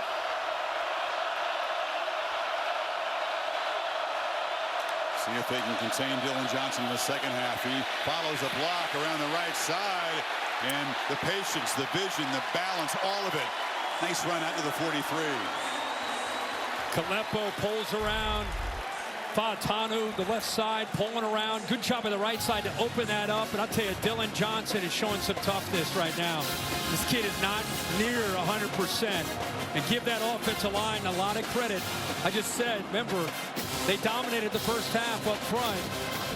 Oregon makes the play on the first play, and then that counter opens up, and he hits it downhill in a hurry. You said he hasn't been healthy really all season, but the last 3 games, 6.7 per carry. And a bad leg. On the edge, McMillan spins back into the middle. Manning got him down after a gain of about 5. And that's what Ryan Grubb wants. He's going to work the inside with those counters, inside zone play, make the Ducks linebackers and safeties aware of that, and flip it outside quickly, get that perimeter game going, and then take your shots downfield.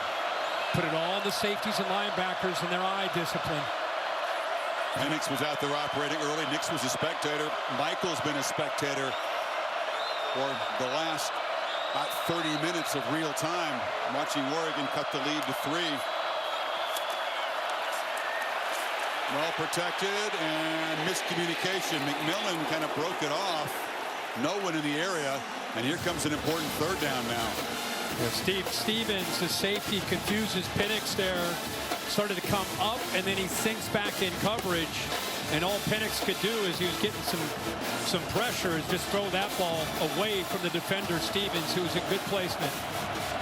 Huskies sharp in the first half, 4 for 7 on 3rd.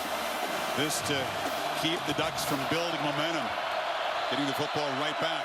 They put Odunze here initially. They're going to move him. And a misfire coming off the line early was McMillan. And that'll make this a trickier 3rd down. Prior to the snap, false start. Offense number 55.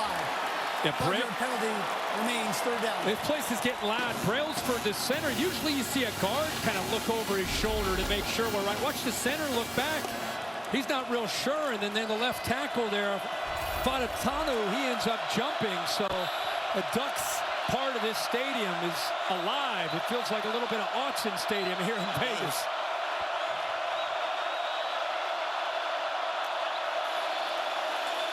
Pressure on 3rd down. Penix off his back foot, overshoots, and it's intercepted. Tyree Jackson on his knees, the first takeaway tonight, trying to find Odunze, but the pressure was the factor there.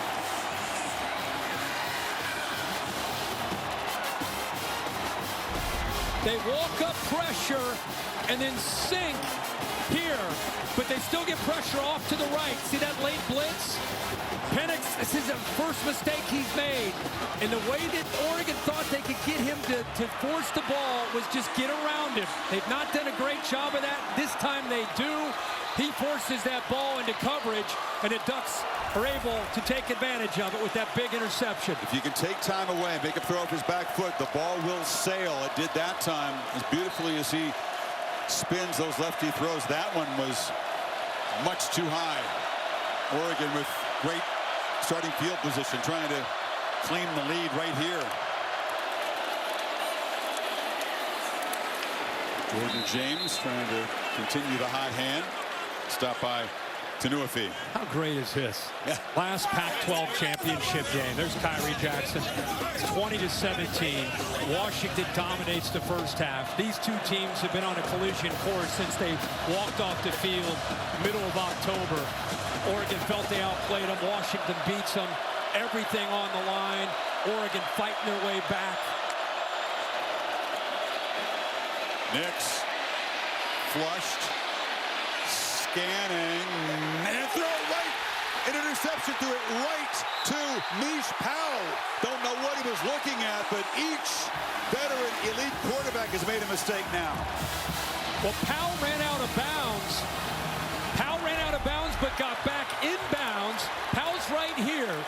He's working the flat, playing zone, and just reading the eyes. Watch him go out of bounds here, Bill. And then he comes back, gets reestablished. There's no rule against the defense. Gotcha. Going out of bounds and coming back in. As long as his feet are in bounds, he's good to go, and he makes that play. Good job of awareness there by Powell, getting back in bounds to make that pick, and a bad throw, Chris, by Bo Nix. Champions, but it's been a long time since the Pac-12 has produced a national champion. Back to the Pete Carroll team in 2004. Will there be a 12th Heisman winner from this conference? Well, each Heisman contending quarterback has made a mistake in the last couple minutes. Missed opportunity for Oregon. I think Bo Nix, he didn't see Powell. Powell looks like he's off to play on the sideline, and Powell says, hey, man, I'm not coming from off the sideline. I'm in play. I'm making his pick.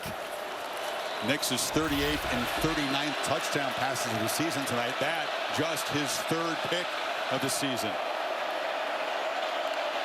Penix to McMillan. Short pickup. Holly. Well, guys, Bo Nix has changed his turnover margin in the course of his career. That hasn't happened much this season. Watching him come over to the sideline, he kind of put his helmet down firmly, shaking his head. Dang it, dang it. He's so mad at himself right now, but he's smiling to his teammates. Franklin is sitting right next to him, trying to keep his spirits up and explain what happened. He's got to move past this quickly. He hasn't done many of those this year. Yeah, and Holly, in his defense, like we showed in that replay, I don't even think he saw a foul. I think he thought he was out of the play on the sideline. Johnson plows forward. He's a couple of yards short of the marker. He talked to us last night about being a perfectionist his whole life, but learning that you have to be willing to live with your mistakes. You're not going to be perfect. He wasn't that play, but you don't get the feeling it's going to shake him for too long. Yeah, I think that's the growth that he's enjoyed since he's been in Oregon. He had a lot of pressure with his dad in Auburn and trying to be perfect and stepping right in his very first game. See what Ryan Grubb dials up on this 3rd and 2. It's going to be a free play. Ducks came off the edge quickly, and there's a pass interference call in the secondary as Manning just grabbed Odunze. Was there a flag at the line of scrimmage? Sure looked like Oregon was off when the ball was snapped. Sure looked like it. I don't see a marker. Pass interference. Defense number 8. 15-yard penalty. I don't know if Penix thought he had a free play or he just trusted Odunze in double coverage. I think he did, because you're right. Brandon Dorlus was off sides, and he gets the one-on-one matchup. And you know what? He throws his ball because of the back shoulder all the time. So as Manning's running upfield, you always got to be ready for the back shoulder, and he obviously grabs him to prevent him from making a catch. But, yeah, he did have a free play, but they didn't call it. That counts as one of those contested catches that Washington dominated head-to-head the first time he talked about it. Second PI they've been able to draw. They've drawn a lot of them from opponents this season. Set up at the 36. Johnson lowers the shoulder, picks up a solid 4 yards. Bassa got him down. These guards pull. It's like they're in a full sprint pulling. What Bulow that time, the right guard, he pulled around. It was like he was in a sprinter stance, just blowing up anything in his way. He's another guy that's been battling injuries, very close to 100%. Cannot overstate the importance of this Washington team getting healthier here for game 13. No doubt.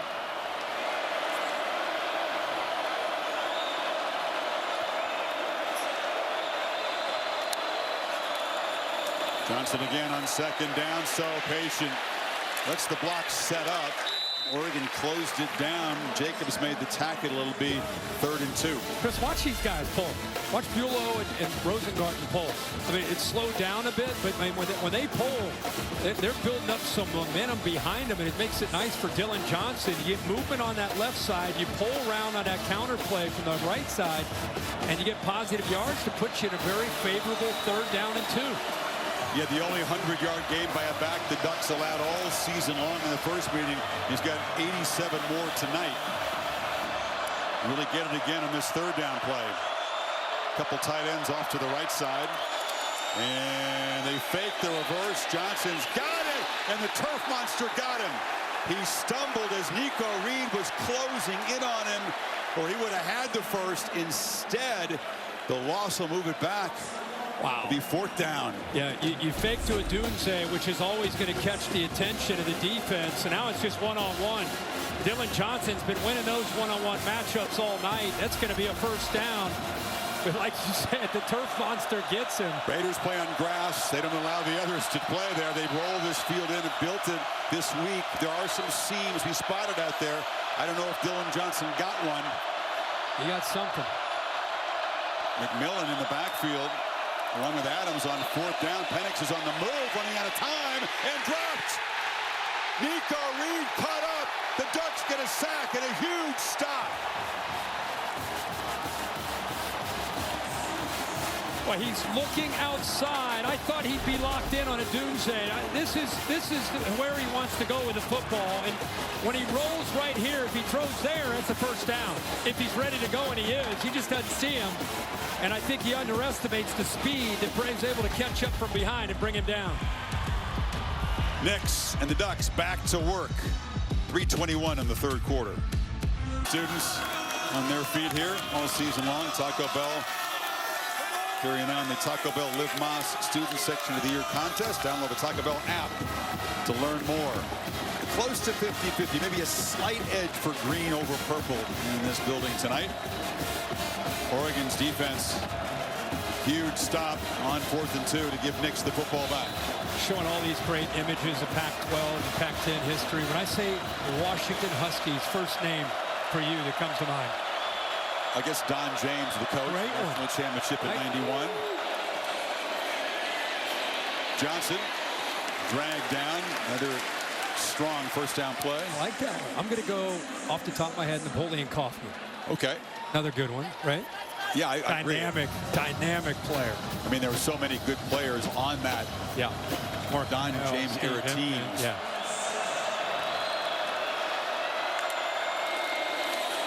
Nix on 2nd and 3. Pump fakes, has some space. Pump fakes again, takes off. Bo Nix rambling down the sidelines, has blockers all the way down near the 10-yard line. First huge play with his legs tonight. Well, here's the key.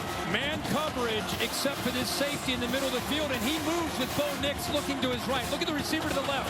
Takes the corner with him. Once he gets outside of Braylon Trice, nobody is there because they're all playing man coverage and following receivers all to the right. So once he broke contain outside of Trice, who went airborne, he's able to pick up big yards for Oregon. 44 of them. Remember how great a runner he's been in his career. It's been de-emphasized this season, but he's still extremely capable. Takes off again, the flag down. Huskies looked like they're a little early. The ball comes out. It's scooped up by a lineman. Looked like Jackson Powers Johnson scored a touchdown, but was he down? He looked down. I think he's down, and then the ball popped out. But it is a free play. Bo Nix will be happy to see that ZTF ends up moving. He's down right there. Offside. Defense number 4. That penalty will be declined. The result of the play is a touchdown. They're going to bring this back. That's close. Boy, that angle shows it a lot closer. They're calling it a touchdown. I cannot believe that they wouldn't take a longer look at that. They will. What a play, though. Jackson Powers Johnson, he is connected with Nix so beautifully. They're so cerebral, so smart, so experienced. And right here, I don't know how you can't call him down clearly before the ball is punched out. Of course, we have the luxury of watching frame by frame here, but that right knee is down.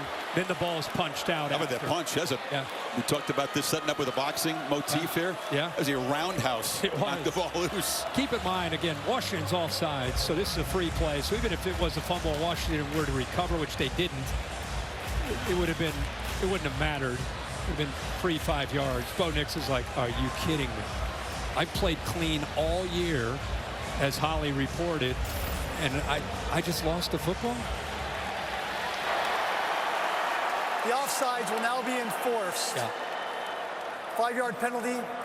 Replay first down. Mike McCabe's mic wasn't up the first play. He did point to the ground. The knee was clearly down. I think Nix, even though he knew his center had recovered for a touchdown, couldn't believe that he'd lost the ball. Yeah.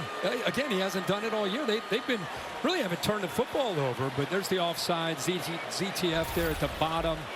So they'll take that. Here we go again, Kirk. We talked so much about these situations between these teams. Oregon threatening inside the 10. They broke the spell earlier tonight by punching it in. Yeah, but think about how they've scored down here. Bo Nix has had to make incredible plays. First show, like faking as if he's going to run the quarterback sweep and throws it in the corner. And then on the scramble, both to Ferguson. Yeah, Ferguson has a pair of touchdowns from 2 yards out. He shifts around to the right side. 3 receivers bunch there. James is the back. And Jordan James makes a cut and scores. And Oregon on top for the first time in this championship game.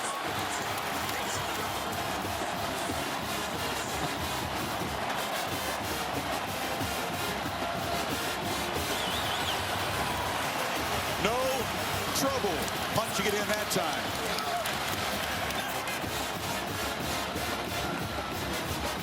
What a job by the left side of that offensive line. They got the angles. pushed Washington around. The Polars came around. And, man, again, Jordan James down in this area can be difficult for a defense to handle. Once down 20-3, 21 unanswered. The touchdown late in the second quarter. 2 touchdowns here in the third quarter. It goes back to this play by Bo Nix. He's trying to throw the football to his right. Braylon Trice loses contain. And there's nobody because of that man coverage. He picks up 44 yards. Dan Lanning, I think, is trying to help him. Go, Bo. Go, Bo. Keep going, kid. Keep going. I don't know if that's one of Lanning's longest runs, but it's the second longest in Nix's career. And then look at the right side. They pull around. Good job of bringing those tight ends around, but really just nobody there because of the job that the left side, the left tackle, good push. Cornley, Harper also picked up a nice block. And there's Jordan James right into your family room. It's always so powerful. These momentum changes, the emotions of football. Oregon forcing that field goal attempt, using their timeouts late in the second quarter, and then suddenly that drive at the end of the half, the 2 fourth-down conversions of the first touchdown drive of this quarter, and then Nix doing it various ways, and all of a sudden, Penix and the Huskies are down 4 here, late third. Boy, a game of momentum, back and forth. And this is what you see from great leaders, right? This is El Jefe. That's his nickname, the boss in Spanish. And Massa up on the bench. By the way, look at everybody listening. I mean, they are dialed into their leader. Holly, you were there when he said it, I guess, right? That's right. I could hear everything he said. He said, stay composed. Don't let our highs be too high. Don't let the lows be too low. He talked about poise and composure and believing that they're going to win this game. He said, we will have success. So Penix, an interception and then a miss on 4th down. The last 2 possessions. Very different feel right now. He's pressured, sidesteps it, and this has to throw it over to the Oregon bench. Going down to one knee was one of the coaches. Evan Williams had a long time to throw, nobody open. And the key is, did he get outside of the tackle box area? There's nobody over there. And right away, he looked over to the referee to say, hey, I got outside of it, and he was. Good job of coverage downfield. Oregon really not getting much pressure unless it's the coverage downfield that dictates the pressure.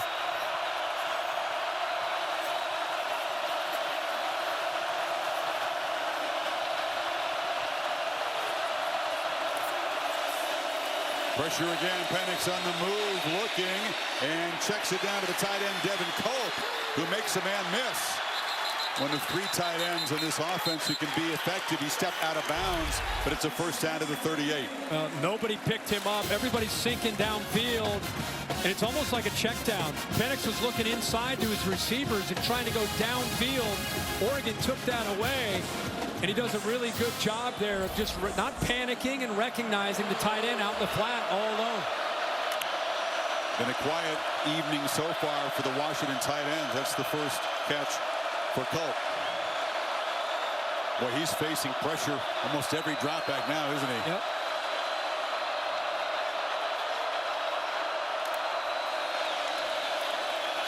This time a pretty clean pocket. Odunze around the corner and got in front of Johnson. And it's another first down. There's the matchup they want. We saw it a lot in the first half. He was shut out in the third quarter, and they get the ball finally back to him. There's not an Oregon defensive back that can stay with him consistently. Kyrie Jackson, because of his length at 6'3", number 5, has the best chance to match up with him, but he's not on the field right now. He's been dealing with some injuries himself, and that's why we've seen Nico Reed out there for him. And Nico Reed on one side and Dante Manning on the other as the outside corners. 900-yard game this season for Odunze. Caught 8 balls the first game, has 7 tonight. Penix. Downfield, and the catch is made by McMillan. A long route, a long run, and the Huskies are in the red zone. Well, this is a tough ask for Justin Jacobs. When the safety works to the middle and you get a crosser, guess who has to stay with it? Wow, tough to do. First to recognize it and then to try to stay with it. He does a pretty decent job for his size, but an accurate throw and a heck of a night for Jalen McMillan coming back to this offense. The final quarter in Pac-12 play. the conference championship, the college football playoff, maybe the Heisman Trophy at stake in the final 15 minutes tonight in Vegas. How have you been able to change the amount of pressure you're getting on Michael Penix? Yeah, we just keep changing the picture. We got to change the picture of this quarterback. He's really good, and at times he's finding it. We got to continue to pitch to him. 20 has given you some good yards in the second half. Why did you go to him early and often? Yeah, he's a great back, right? Jordan does a good job. We're going to continue to use both of our backs in this game. Thanks, Coach. Appreciate it. Lanning's defense now trying to keep the Huskies from answering and reclaiming the lead. Washington is in the red zone, but they've been 4 previous times, 2 for 4. Scoring touchdowns.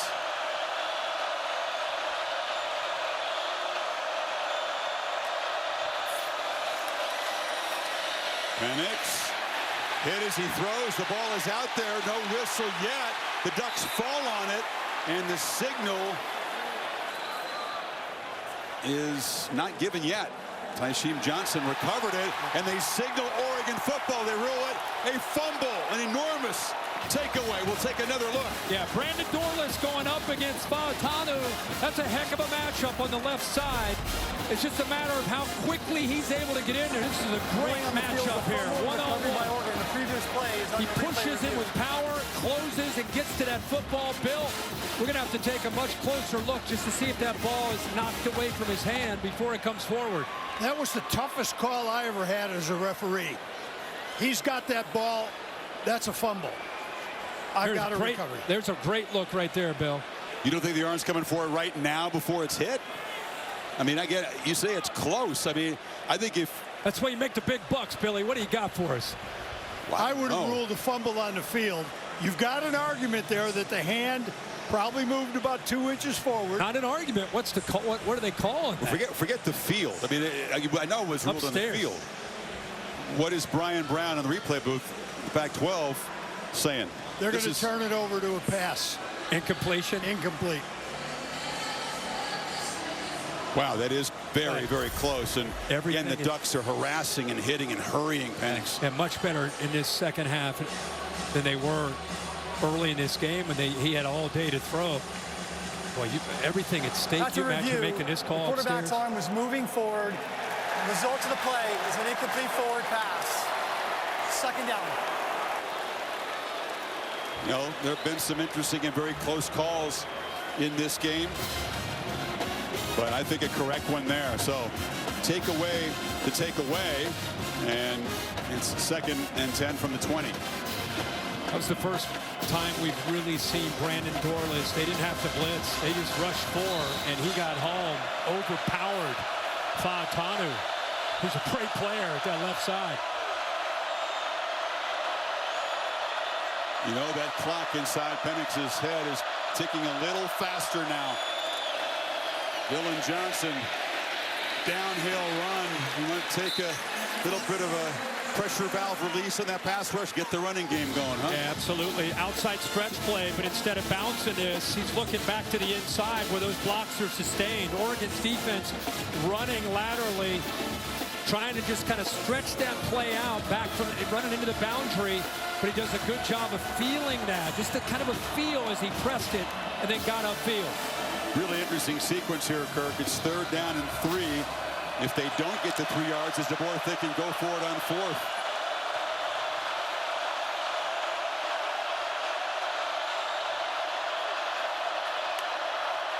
Penix on the move.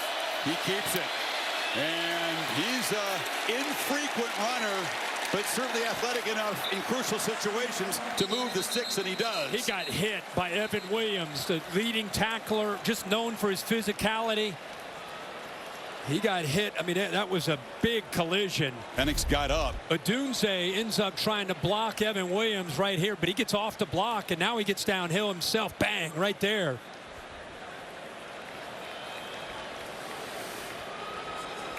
He throws that right non-throwing shoulder right into Williams. We'll step aside with a duck down on the field.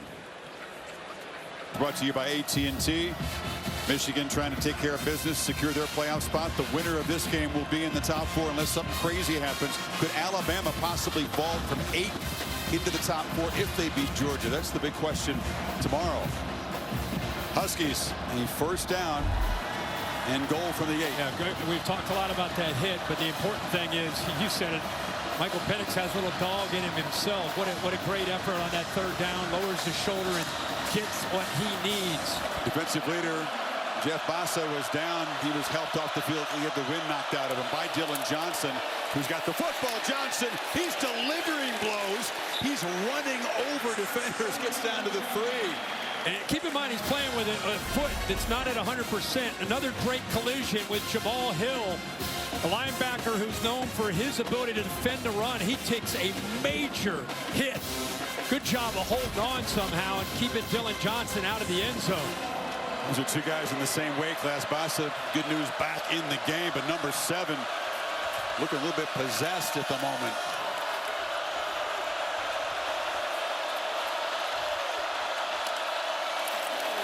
Keeper, direct snap.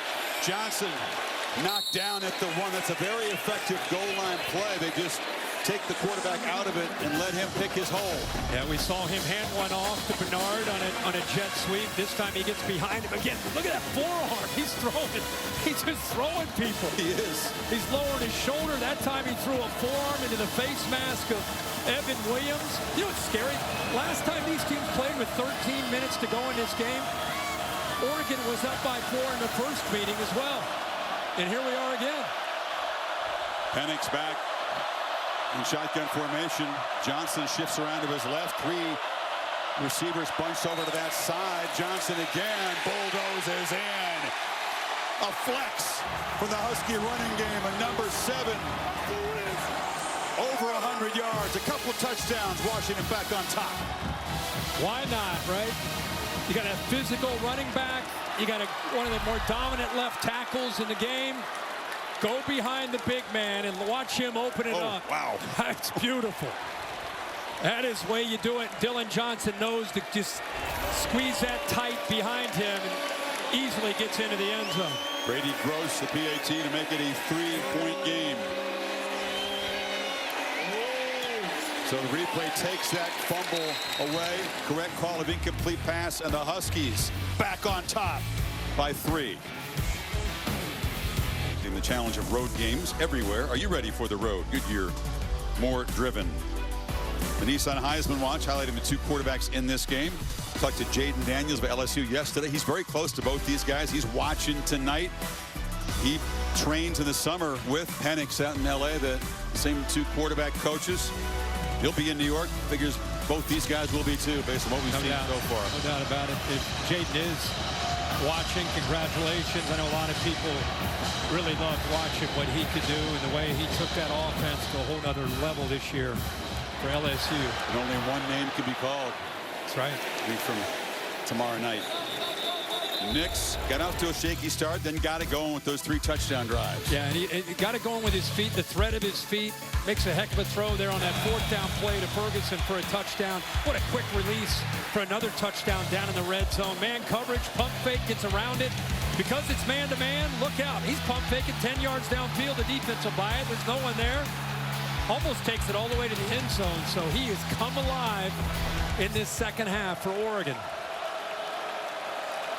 Hard to believe they were down 20-3, and they were 3 and out, couldn't get anything going, and now here they are, a 3-point game in the 4th quarter.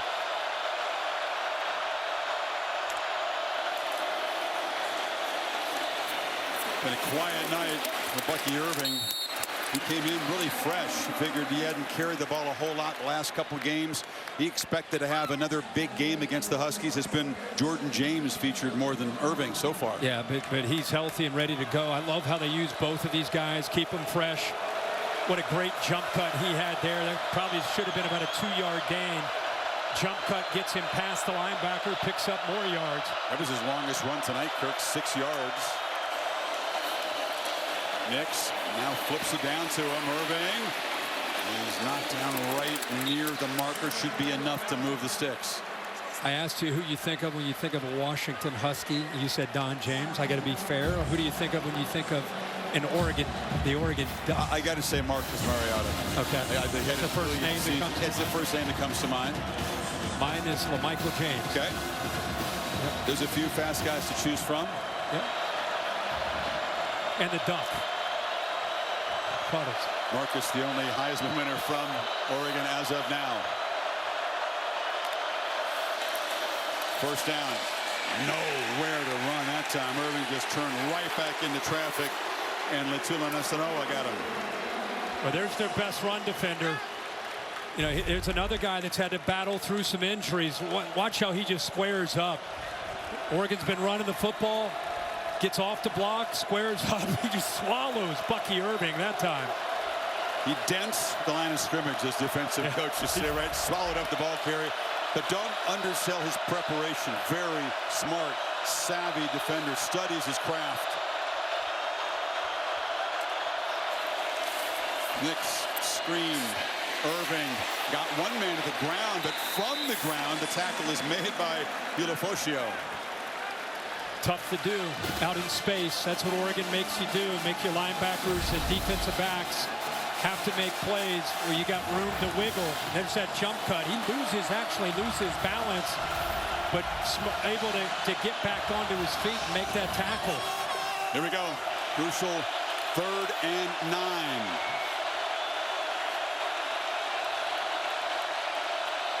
Franklin and Johnson, the top 2 targets tonight, off to the right. You got ZTF right here, who's an edge player, probably going to bring him. Pressure comes. Good call by you and by this defensive staff. Braylon Trice brings him down for a loss.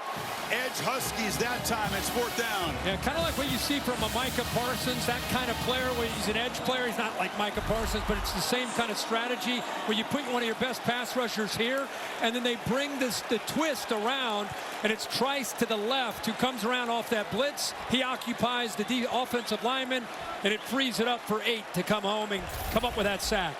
So ZTF really a decoy, right, to allow his buddy to come around. Almost like a pick. Oh, the snap is bounced. It's scooped up by Ross James.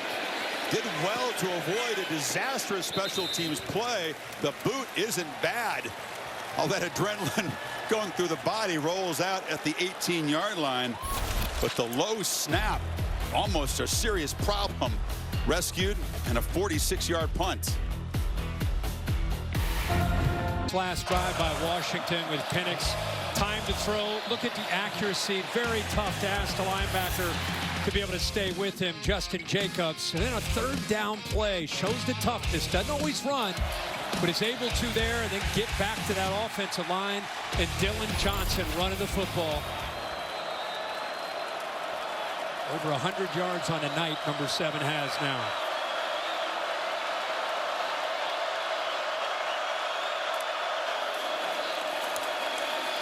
Bucks come after Penix, who looks downfield for Polk, who comes back and makes a catch. He beat Nico Reed out near the 45. Well, Polk has had a quiet couple weeks, but he gets isolated, and he reminds people what he's capable of doing. Out and up against Reed, the backup corner. Never locates the football. Ball is thrown back. What an effort that time by Polk to make that catch. Had a bunch of drops in the Randy Corvallis. Had a ball taken right out of his hands at Washington State. An interception, so he's had a couple weeks down in the dumps. They really spent some time this week showing him his highlight reel, trying to get his mojo, his confidence back. Reminder, that's you. You're really good. I like that. I like that story that Ryan Grubb shared with us. You know, for some of the guys, he pulled out the video, showed them, hey guys, we're really good. Like we're an offense. It's like record-setting pace. Let's not get caught up in what we haven't been able to do in recent weeks. Look at this. This is you. He showed Polk his highlights against the Ducks, including a huge play that set up the eventual game-winning touchdown. 118 receiving yards for Polk in that game. That was his biggest play so far. Keeper again for Penix. Gets the edge and runs for a first down. So a couple of runs for first downs in this quarter by Penix. Playing quarterback anymore, you just have to be able to have this threat. They do it just enough. The defense gets lulled to sleep. They get so caught up in the throwing, get so caught up in the running of Dylan Johnson. That Ryan Grubb is just sprinkling in right now, just enough of Michael Penix in his legs. You know, this is where that experience of Michael Penix comes into play. You got a 3-point lead, 7 minutes to go, everything at stake.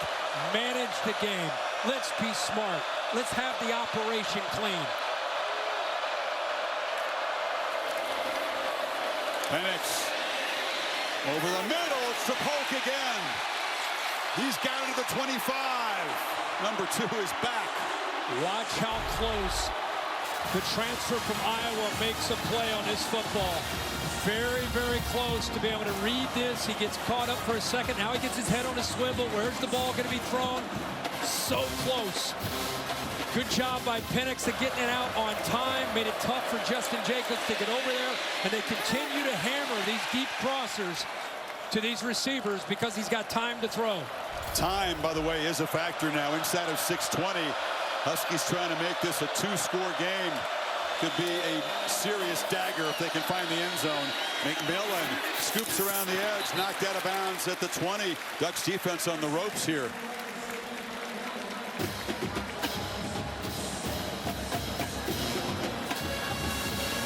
Continuing to move. Washington's going to be in no hurry here. Not at all. That's, again, you go back to just the operation of it. Being smart, poise at the quarterback. They've been inside the red area 5 times. They've come away with 3 touchdowns. Oregon cannot afford to let them get to the end zone. Quick throw. McMillan again. So hard to guard. Skips out. It's another first down. They're inside the 15. Yeah, I think you and I and everybody watching, the players on the field know what's at stake here at 5:35. And I think Washington and Kalen DeBoer, they understand the opportunity that they have right now. Nice soft coverage. Take advantage of it. Gets across that first down marker. No problem. Ball down to the 14-yard line. They'll snap it around the 5-minute mark.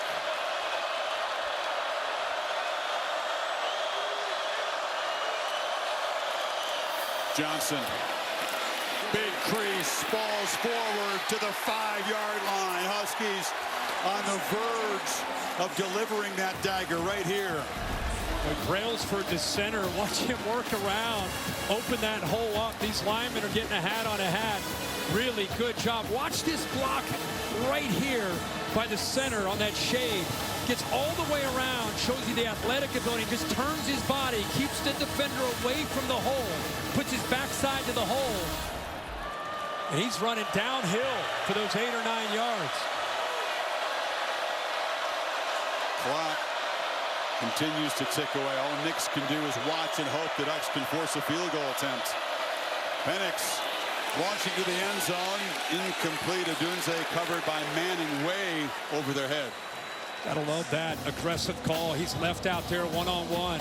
That's just having confidence in your guy, right? Ends up not throwing it accurately, but you just love the aggressive nature. Second down and short. Why not take a shot, right?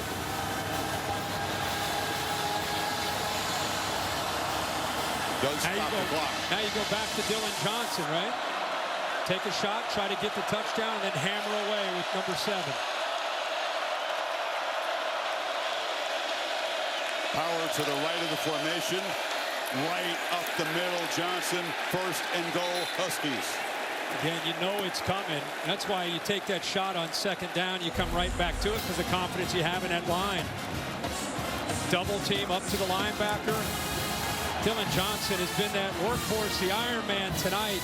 Think about he's playing with an injured foot. This guy was limping all last week in the Apple Cup. He's been limping tonight, and yet he's got 23 carries for 117 yards, averaging 5 yards a carry. Bautano, Kalepo, Brailsford, Bulow, and Rosengarten. Good job. And now Johnson set to take the direct snap here on first and goal. Pops it around the edge. Bernard scored earlier in the other end of the field in a similar play. He's tackled in the field to play the clock will run at the 3. This is played by Winston right here. Watch him keep this from getting outside of him. You got to set the edge. And even though he didn't make the tackle, he actually does. He ends up eventually getting in on the tackle, but him just slanting to the sideline, force Bernard back inside. This is that championship type drive. 10 plays, 80 yards. Can they seal it here?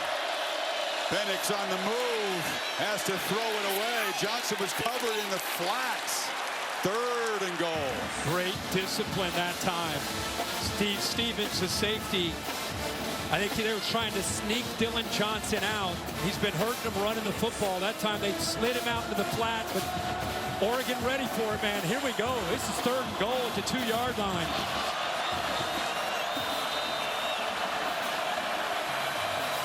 How bad do you want it? Conference title, playoff bid.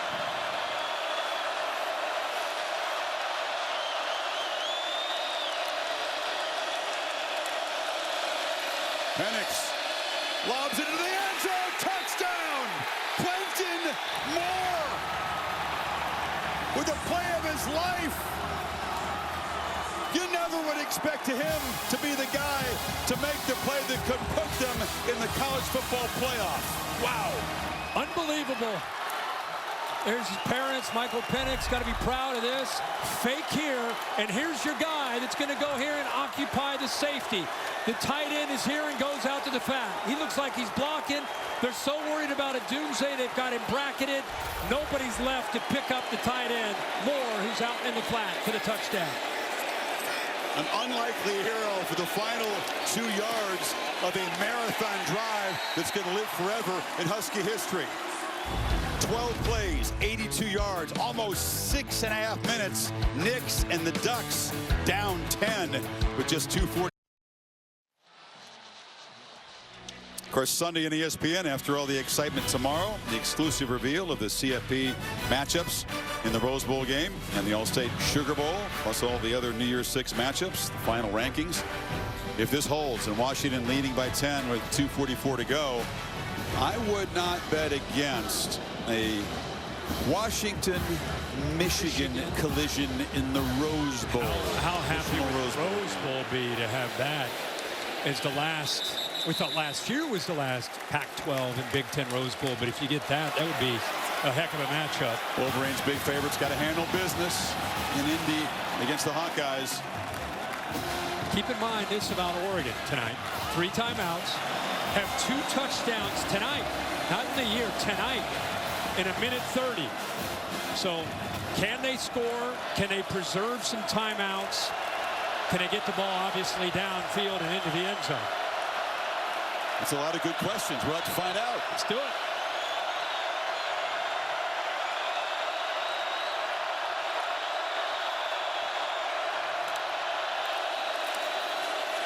Nix pressured, takes off again, and slides down for a first down out near the 40. Yeah, that drive was especially painful because Washington used so much time. Yeah. Almost half a quarter. Absolutely. First down, clock stops. 3-man rush. Nix into coverage, delivers over the middle and squeezed it in to Trayshawn Holden. Holden still running down inside the 5. Touchdown.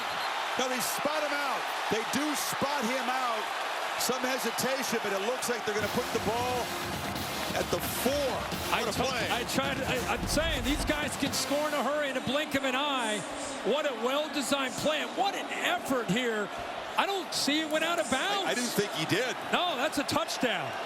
He's inbounds, inbounds, inbounds. Touchdown, Oregon. There was a lot of hesitation. They're looking around. Did he or didn't he? Where should the ball be? And I think they've shown it on the screen field here. The runner was out of bounds at the 4-yard line. The previous play is under review. Trayshawn Holden, the Alabama transfer. So you got the former Auburn to former Alabama player with a 63-yard play. Especially after last week's Hail Mary. It was a little bit of a Hail Mary. I just said they could score in a minute and a half. They've done it twice tonight. I don't know what. About half a minute. Yeah, I was going to say, how about 30 seconds? Save their timeouts, Chris. I mean, this is serious. All right, here's the play. They're able to get downfield here and then bring the crosser behind it. Look at the spacing. I hate prevent defense, right? You want to see pressure. Linebacker almost gets over there. After he doesn't make that play, where's the secondary, right? And keep in mind, he's 6'3", 215 pounds, great size and physicality. Tough strength with the football after he caught it to stiff arm the man, maintain his balance and stay in bounds. I was expecting potentially a quick touchdown. I thought they'd have to use a timeout or two. First play, they get a first down, clock stops. Second play, they get a touchdown. They got 3 timeouts when Penix is going to come out here. They're going to quickly reverse this. The runners continuing action with firm possession of the football inside the goal line pylon results in a touchdown. Yeah, he stayed in bounds. It's a fancy way of saying stayed in bounds. That's one of the few times that replay can change an out-of-bounds call into a touchdown. Thank goodness they can. Well, and the clock also is going to go back to about 2:13, I believe. Some of the clock ran off there. They're going to reset this clock, I believe. Well, the difference between that being a touchdown and then being first and goal is, as you said, they have more time to work with. They can spend those timeouts on defense. I don't know if they're talking about the clock or not, but every second counts, and right now they've not adjusted. Now here they go. Now they're going to talk about the clock. They must be listening to you. Yeah, maybe so. But I'm just saying, every second in a game like this. Game clock operator, please restore the game clock to 2:14. Here we go, boys. Here we go. All right. Thank you. Here we go. Because right there, 2:14. We're off by a second. You said 2:13. Good job there, team. Hey, if I can, I'd give a shout out. We've seen some excellent officiating this year from the Pac-12. Yep. You know, we hate to see the conference disappear, but the officials are left out on an island with nowhere to go. Yeah. They've done a great job tonight, getting things right. The second time, Lewis knocks it through. There's the throw to Holden, who just made the biggest play he's made all season by far. I mean, who would have thought that after watching the first game it could get any better? I mean, we thought that was one of the best games of the year. Oregon played well enough to win, but the Huskies found a way to win. Give them credit. And we wanted to see them get together one more time in Las Vegas. Winner take all. Looked like it's over. Bo Nix is down by 10. Not so fast, my friend, for Lee Corso. 2 plays, touchdown. The Ducks are within 3 with 2:14 to go and all 3 timeouts left. First game 48 days ago. 36-33 Washington. 34-31 now. Again, that 3-point margin. Nix, if he gets the football back, folks, do not bet against him. 7 game-winning drives in his career that he's engineered between Auburn and Oregon. Had one earlier this year against Texas Tech. Great stuff. Tells you a lot about the build, the makeup of the player. They're defending for an onside kick, but surprised by that. I would have thought you kick deep. You expect a conservative game plan. You have 3 timeouts. Lewis certainly lining up like he's going to onside kick it over here to the left. Gets the hop. It's a kangaroo hop, and it's out of bounds. So Washington will keep possession of Dunes. They got a hand on it, and they'll have it about the 45-yard line. I'm kind of surprised. Dan Lanning's an aggressive coach. He's trying to get the ball back. Let's go back to the first matchup. Absolutely. This was a failed 4th down attempt. 2-play touchdown drive. Polk and then Odunze. But they left Nix lots of time, and this field goal would have forced overtime. But he missed it wide, Lewis, by about a foot. And he said, let's have round 2 in Vegas. And lo and behold, we've had one that's close to being that exciting. That was one of the best scenes of the year. Michael Penix talking to Holly in tears. The emotions very evident that night. Johnson, what you'd love to do if you're a Husky fan is hand the ball to number 7 and just let him hammer away. Oregon will spend a timeout here. And this is what it's going to come down to. Bo Nix just wants to get his hands on the ball. And Dan Lanning and his defense, they've been challenged all night to try to stand up to this offensive line and to Dylan Johnson. And now you know it's coming. Can you hold up against it? I mean, these are just so closely matched, these two teams. So tough and resilient. They've got quarterbacks that have proven themselves in the pressure moment. Washington has had a chance, frankly, throughout the year, Kirk, to finish off teams. Kalen DeBoer keeps talking about that. And to allow a touchdown like that so quickly makes the job of closing this game out a lot more difficult. Yeah, and if you're Oregon, you're going to just load up the line of scrimmage. It's a great point about Washington. They've had the battle the entire year. Bo Nix is not distraught and like, oh, shucks. That guy, right now, he is thinking. He's visualizing getting the ball back. He's thinking about that next opportunity when he gets his hands on the football, if in fact he does. So Lanning's going all in on this series, spending timeouts. He's got 2 left. 2nd and 7. Johnson again makes a cut. Short gain into Oregon territory. Reed knocked him down. Another timeout. Now here it's 3rd and 4 now. Going to come down to this, and what's going to come down to is not just, you know, the easy way to think of this is you're going to run the football, and Oregon's going to have to stop the run and use their last timeout. That's conventional wisdom. This is different with Washington and Michael Penix and Ryan Grubb, the offensive coordinator and play caller. They have such confidence in these receivers, such confidence in Penix. Everything's in play here. It wouldn't shock me at all. Even though you would think they would run, make Oregon use the last time out, you're basically forfeiting. You're going to have to punt ball back to Bo Nix. I think he's going to throw it. I think he's going to try to find a matchup. And even though it's a risk, I think it's a calculated risk with Penix. You try to ice the game by going to a Dunze or McMillan, whoever's got the better matchup, 11 or 1. Penix, 1 play, 5 yards to get the first down and just about put this on ice. So they're both on the right side over here, 11 and 1.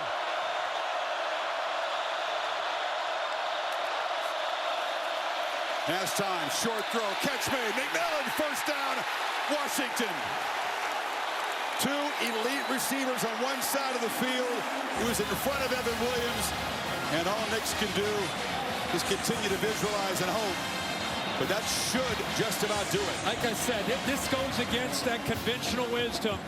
What a matchup they created. McMillan, one of your best go-to guys in a slot against Evan Williams, 33, who's a safety. He doesn't cover well, not to mention he gives the cushion.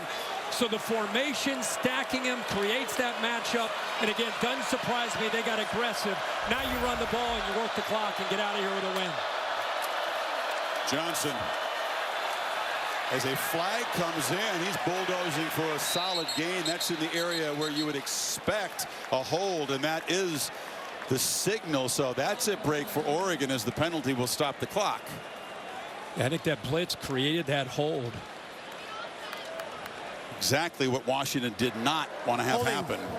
Offense number 71. 10-yard penalty. Replay, first down. He praised this offensive line. That's the left guard, Kalepo. Yeah, the blitz came from Bassa. See this blitz right here, and the hold will come right here.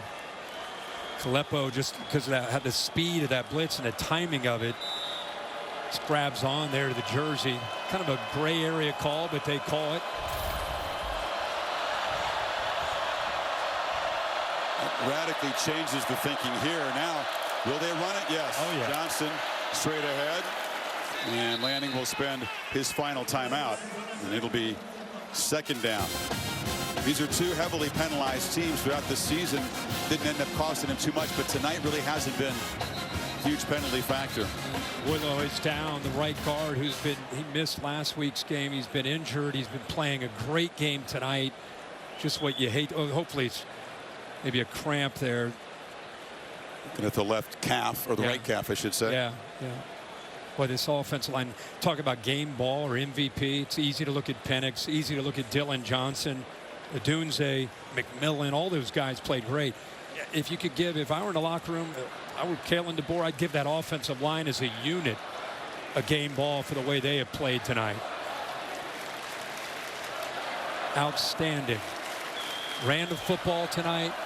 34 runs tonight, 131 yards. And if you followed Washington this year, they are a team that loves to spread you out, and they want to make you fear their passing game. But as they've grown in the second half, Dylan Johnson's gone to another level, and this run game's gone to a different level. Let's do the math here, Kirk. So this is a 2nd and 17 play. You run it again. Oregon can't stop the clock. About a minute left. Then you'd snap the 3rd down play about a minute to go. 20 seconds to go or so.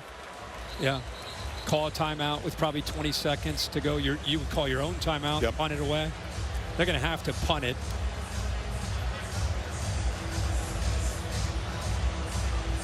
I just love the call on that 3rd down. Most people would say, hey, you know, let's make them use their last timeout. Let's run the ball. But it's just, you believe in your guys. And Penix, and McMillan, and Udunze are your guys. Put the ball in their hands. I think it's a smart call, and it paid off for them.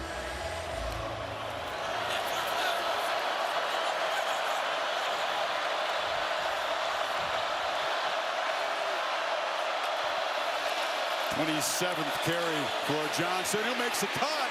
But it had a bigger crease than that. It's closed down. He's tackled at the 41. Play clock rolling. They'll snap it the next time right around the 1-minute mark. Great job by the receivers. I'm with you. I was with, as you projected, I was like, uh-oh, he may take this one to the house. Well, first of all, I thought they pitched it. That's a little riskier than a handoff. Yeah, but the blocks downfield, I'll tell you, Polk's all these receivers blocked their tails off. That time Polk had a nice block. Almost sprung it loose. Polk, the tight end, was over there too. Well, last year they met. Washington wins by 3. October in Seattle, Washington wins by 3. The margin is 3. This team knows how to win close games. They believe in their ability to come up big in crunch time. And Kalen DeBoer talked about that being the personality of this team. They don't always make it easy, and it hasn't been dominant down the stretch, but they've always found a way, in large part because number 9 finds a way. Yeah, I think it's their comfort zone. I think it's a veteran team. You brought up something we were at a break about how many 6-year players they have on this roster. I mean, these guys have been around a long time. They've been through some lean years. Oh, the 4 and 8 year at the end of the Jimmy Lake era.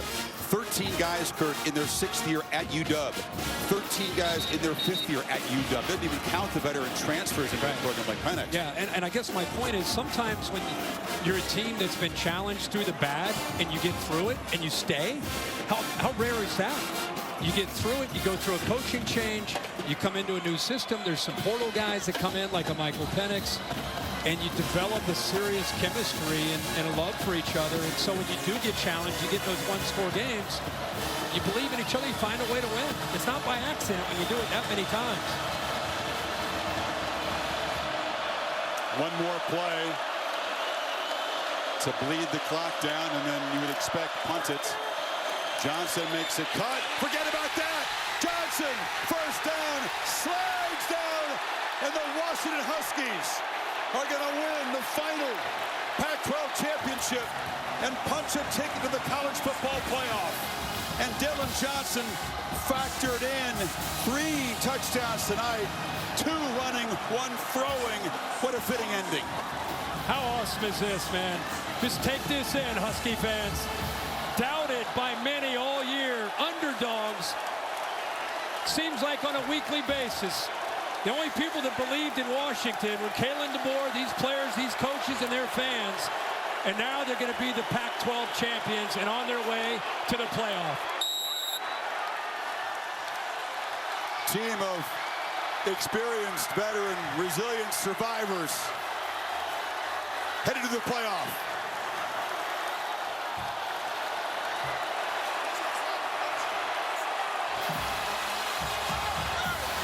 Michael Penix headed to New York, along with his counterpart, quarterback tonight. These are not just 2 great quarterbacks. There's Bo Nix. He'll have a bowl game if he chooses to play it, but had to watch from the bench. This game finished the way it started. Washington churning away, controlling the football. Let's go to Holly for Penix.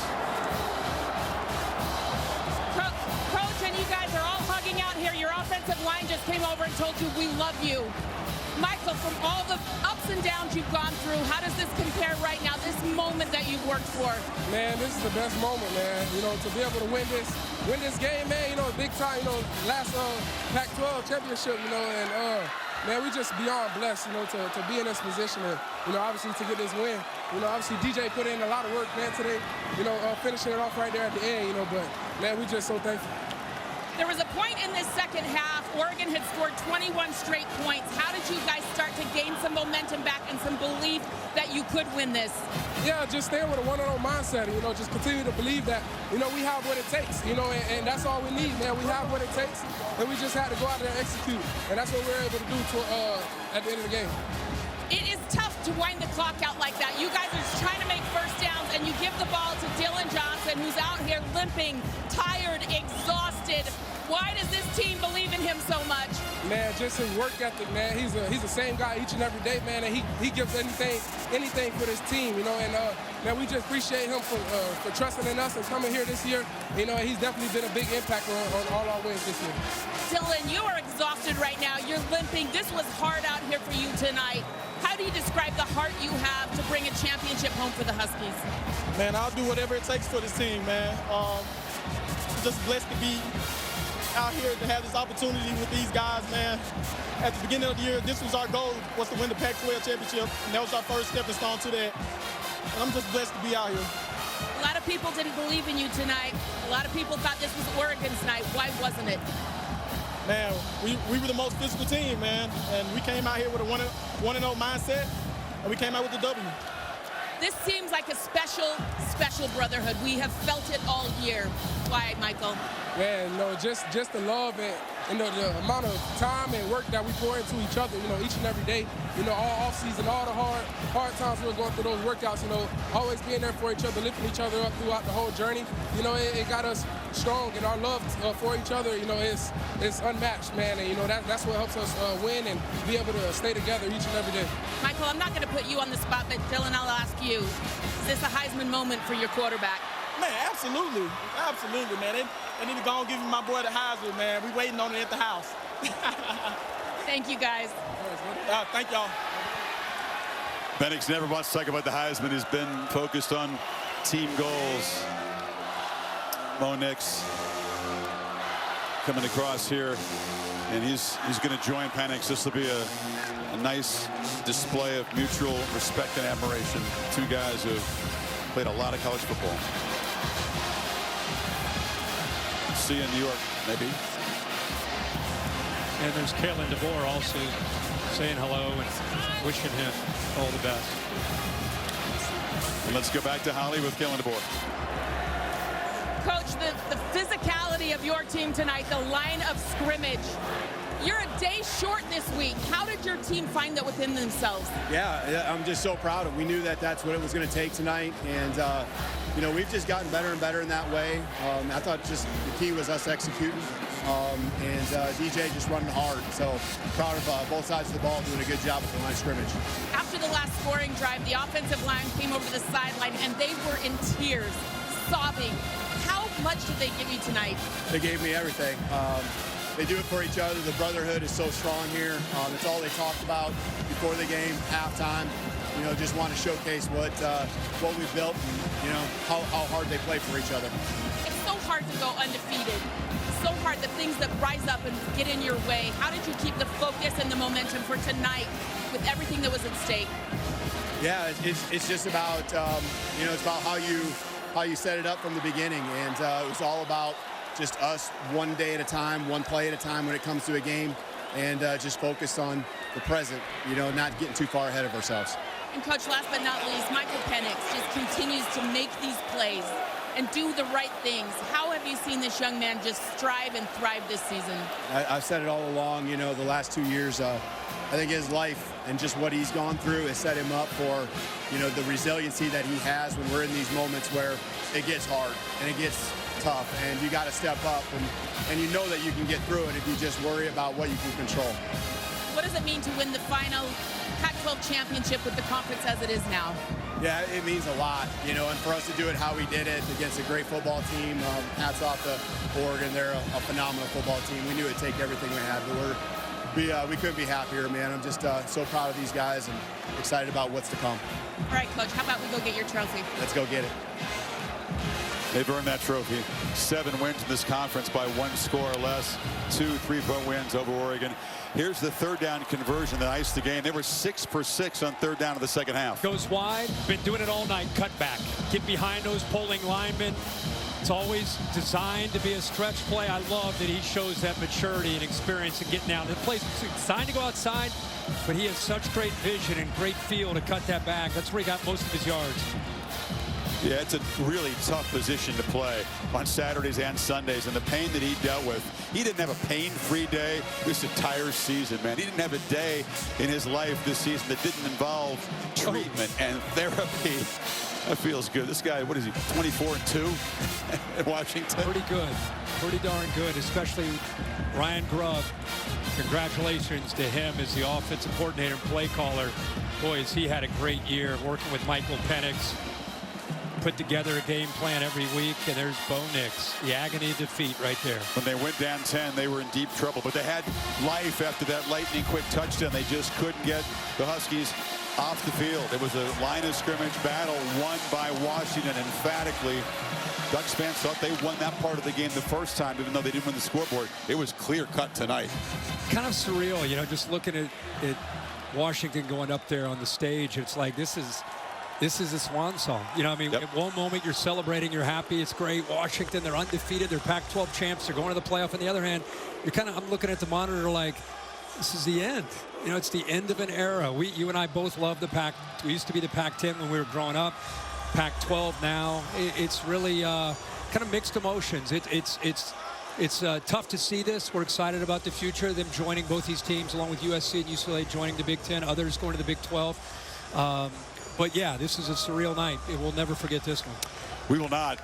If it has to go out, it goes out in style, because this, as you said, is the first top 5 matchup in this conference in 47 years. It really was a dream rematch here tonight, and both the Ducks and the Huskies lived up to their part. And to be 13-0 in this conference, as deep as it was this year, impressive. Holly Rowe will preside over the Pac-12 championship game trophy presentation, brought to you by Dr. Pepper. Holly?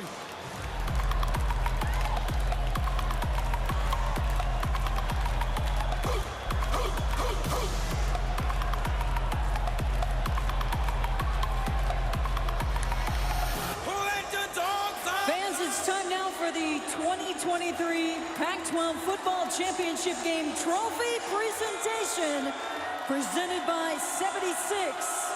Please direct your attention to the north end zone as we begin the ceremony.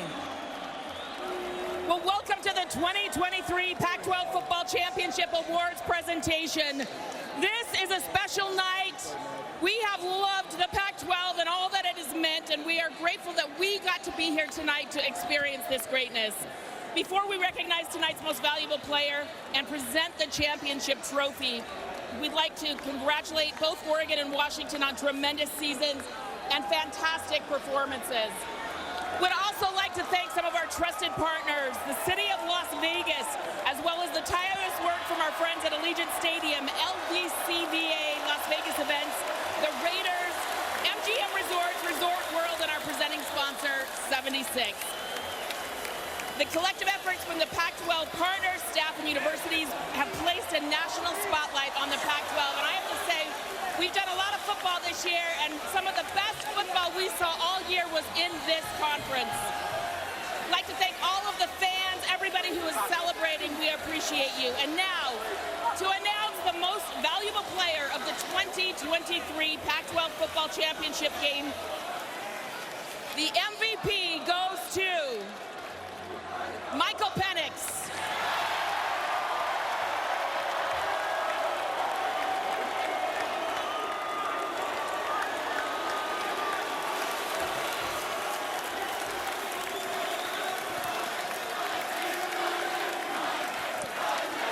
Michael, this was against all odds at times in your career.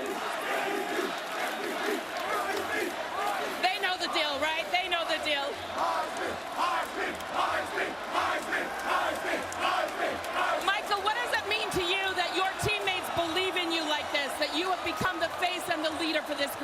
Man, it means the world, man. You know, my boy EJ right here behind me, he told me a quote. He was like, "So it's written, so it shall be done." You know, that's what we go by. You know, it's all glory to God. I know that resonates with everybody in here. You know, we just super blessed and super excited for this opportunity and to be able to come out as the live Pac-12 champs. The smile is big and bright tonight. I want to give a special shout out to your offensive line. This is the best I have seen this offensive line play tonight. They were in tears at the end of the game after that scoring drive. What has this team meant and this offensive line meant to you guys, particularly tonight? Man, this team means the world, man. We put in a lot of hard work, blood, sweat, and tears each and every day to get to this moment. And then my offensive line, they do a heck of a job each and every day. You know, Coach Huff leading the way for those guys, you know, and just making sure that everybody's prepared each and every day, you know, allowing me to have a clean pocket, to be able to get the ball to my weapons, you know, it's just a blessing to be able to have. And I thank them each and every day for it. I'm going to have to take them out somewhere sometime soon. The wide receivers get a shout out. Rome Odunze. Rome, where are you? Get over here, Rome. I wanted to give you a shout out. Rome is from Las Vegas. From Las Vegas. Huge night tonight. What did it mean to be performing in front of 60 of your friends and family? Oh, it's a blessing. You know, I have such a great support system, you know, from my mom, my pops, and all my aunts and uncles, my cousins, you know, my friends and family that come here to support me in this team. And, you know, that's just the half of it. I got a whole village, you know, supporting me. Husky Nation supporting me, this team, everybody. So we're blessed. Well, congratulations to all of you. And last question, Michael. This is a championship moment, but how do you think this team can move forward so it's not the only championship moment for you this year? Man, we have such a mature team. You know, we understand this is a big accomplishment for us, and we're super excited. But we know we're going to have more work to do, and we're going to be ready for whenever that time comes. And, man, we're just going to continue to enjoy this moment. And, you know, we're just so blessed, man. And I got to say, man, they tried to write us off, but we ain't right back. We ain't right back. And now to present the championship trophy, the Pac-12 Commissioner George Kliavkoff will present the Pac-12 championship trophy to Coach Kalen DeBoer. Congratulations, Coach. Thank you.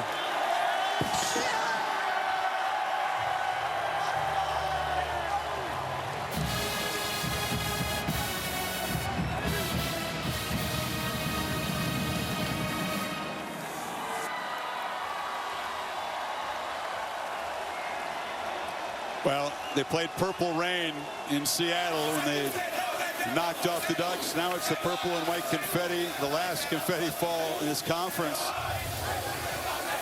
Washington wins the Pac-12 championship game for the third time. They won it in 16, went on to the CFP. That's the last time this conference has put a team in the playoff. That drough's going to end. And that's a different team in a different time. This Washington team is dangerous because of Michael Penix and this offense and the way they can score. The defense steps up at the right time. This is what Michael Penix did tonight. Jalen McMillan had a big night. A lot of the deep crossers to Odunze where they would pick on those linebackers in coverage. There's McMillan on that same round. A lot of times getting opportunities and give, again, Ryan Grubb a lot of credit. Designed a great scheme.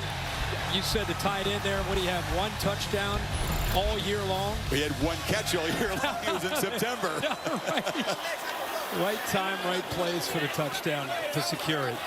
So Washington cannot drop from this spot. I think that right there, if Michigan wins, it's going to be a 2-3 game in Pasadena. I mean, again, I'm a Rose Bowl guy. I'm a traditionalist. I know you are too. Big Ten. I don't know if it'll stay that way. Who knows if Georgia will win or Michigan will win. But if they do, and Georgia ends up 1, Michigan's 2, and Washington's 3, you get Michigan and Washington out in Pasadena, which would be incredible. A heck of a matchup. But, you know, this is what makes tomorrow exciting.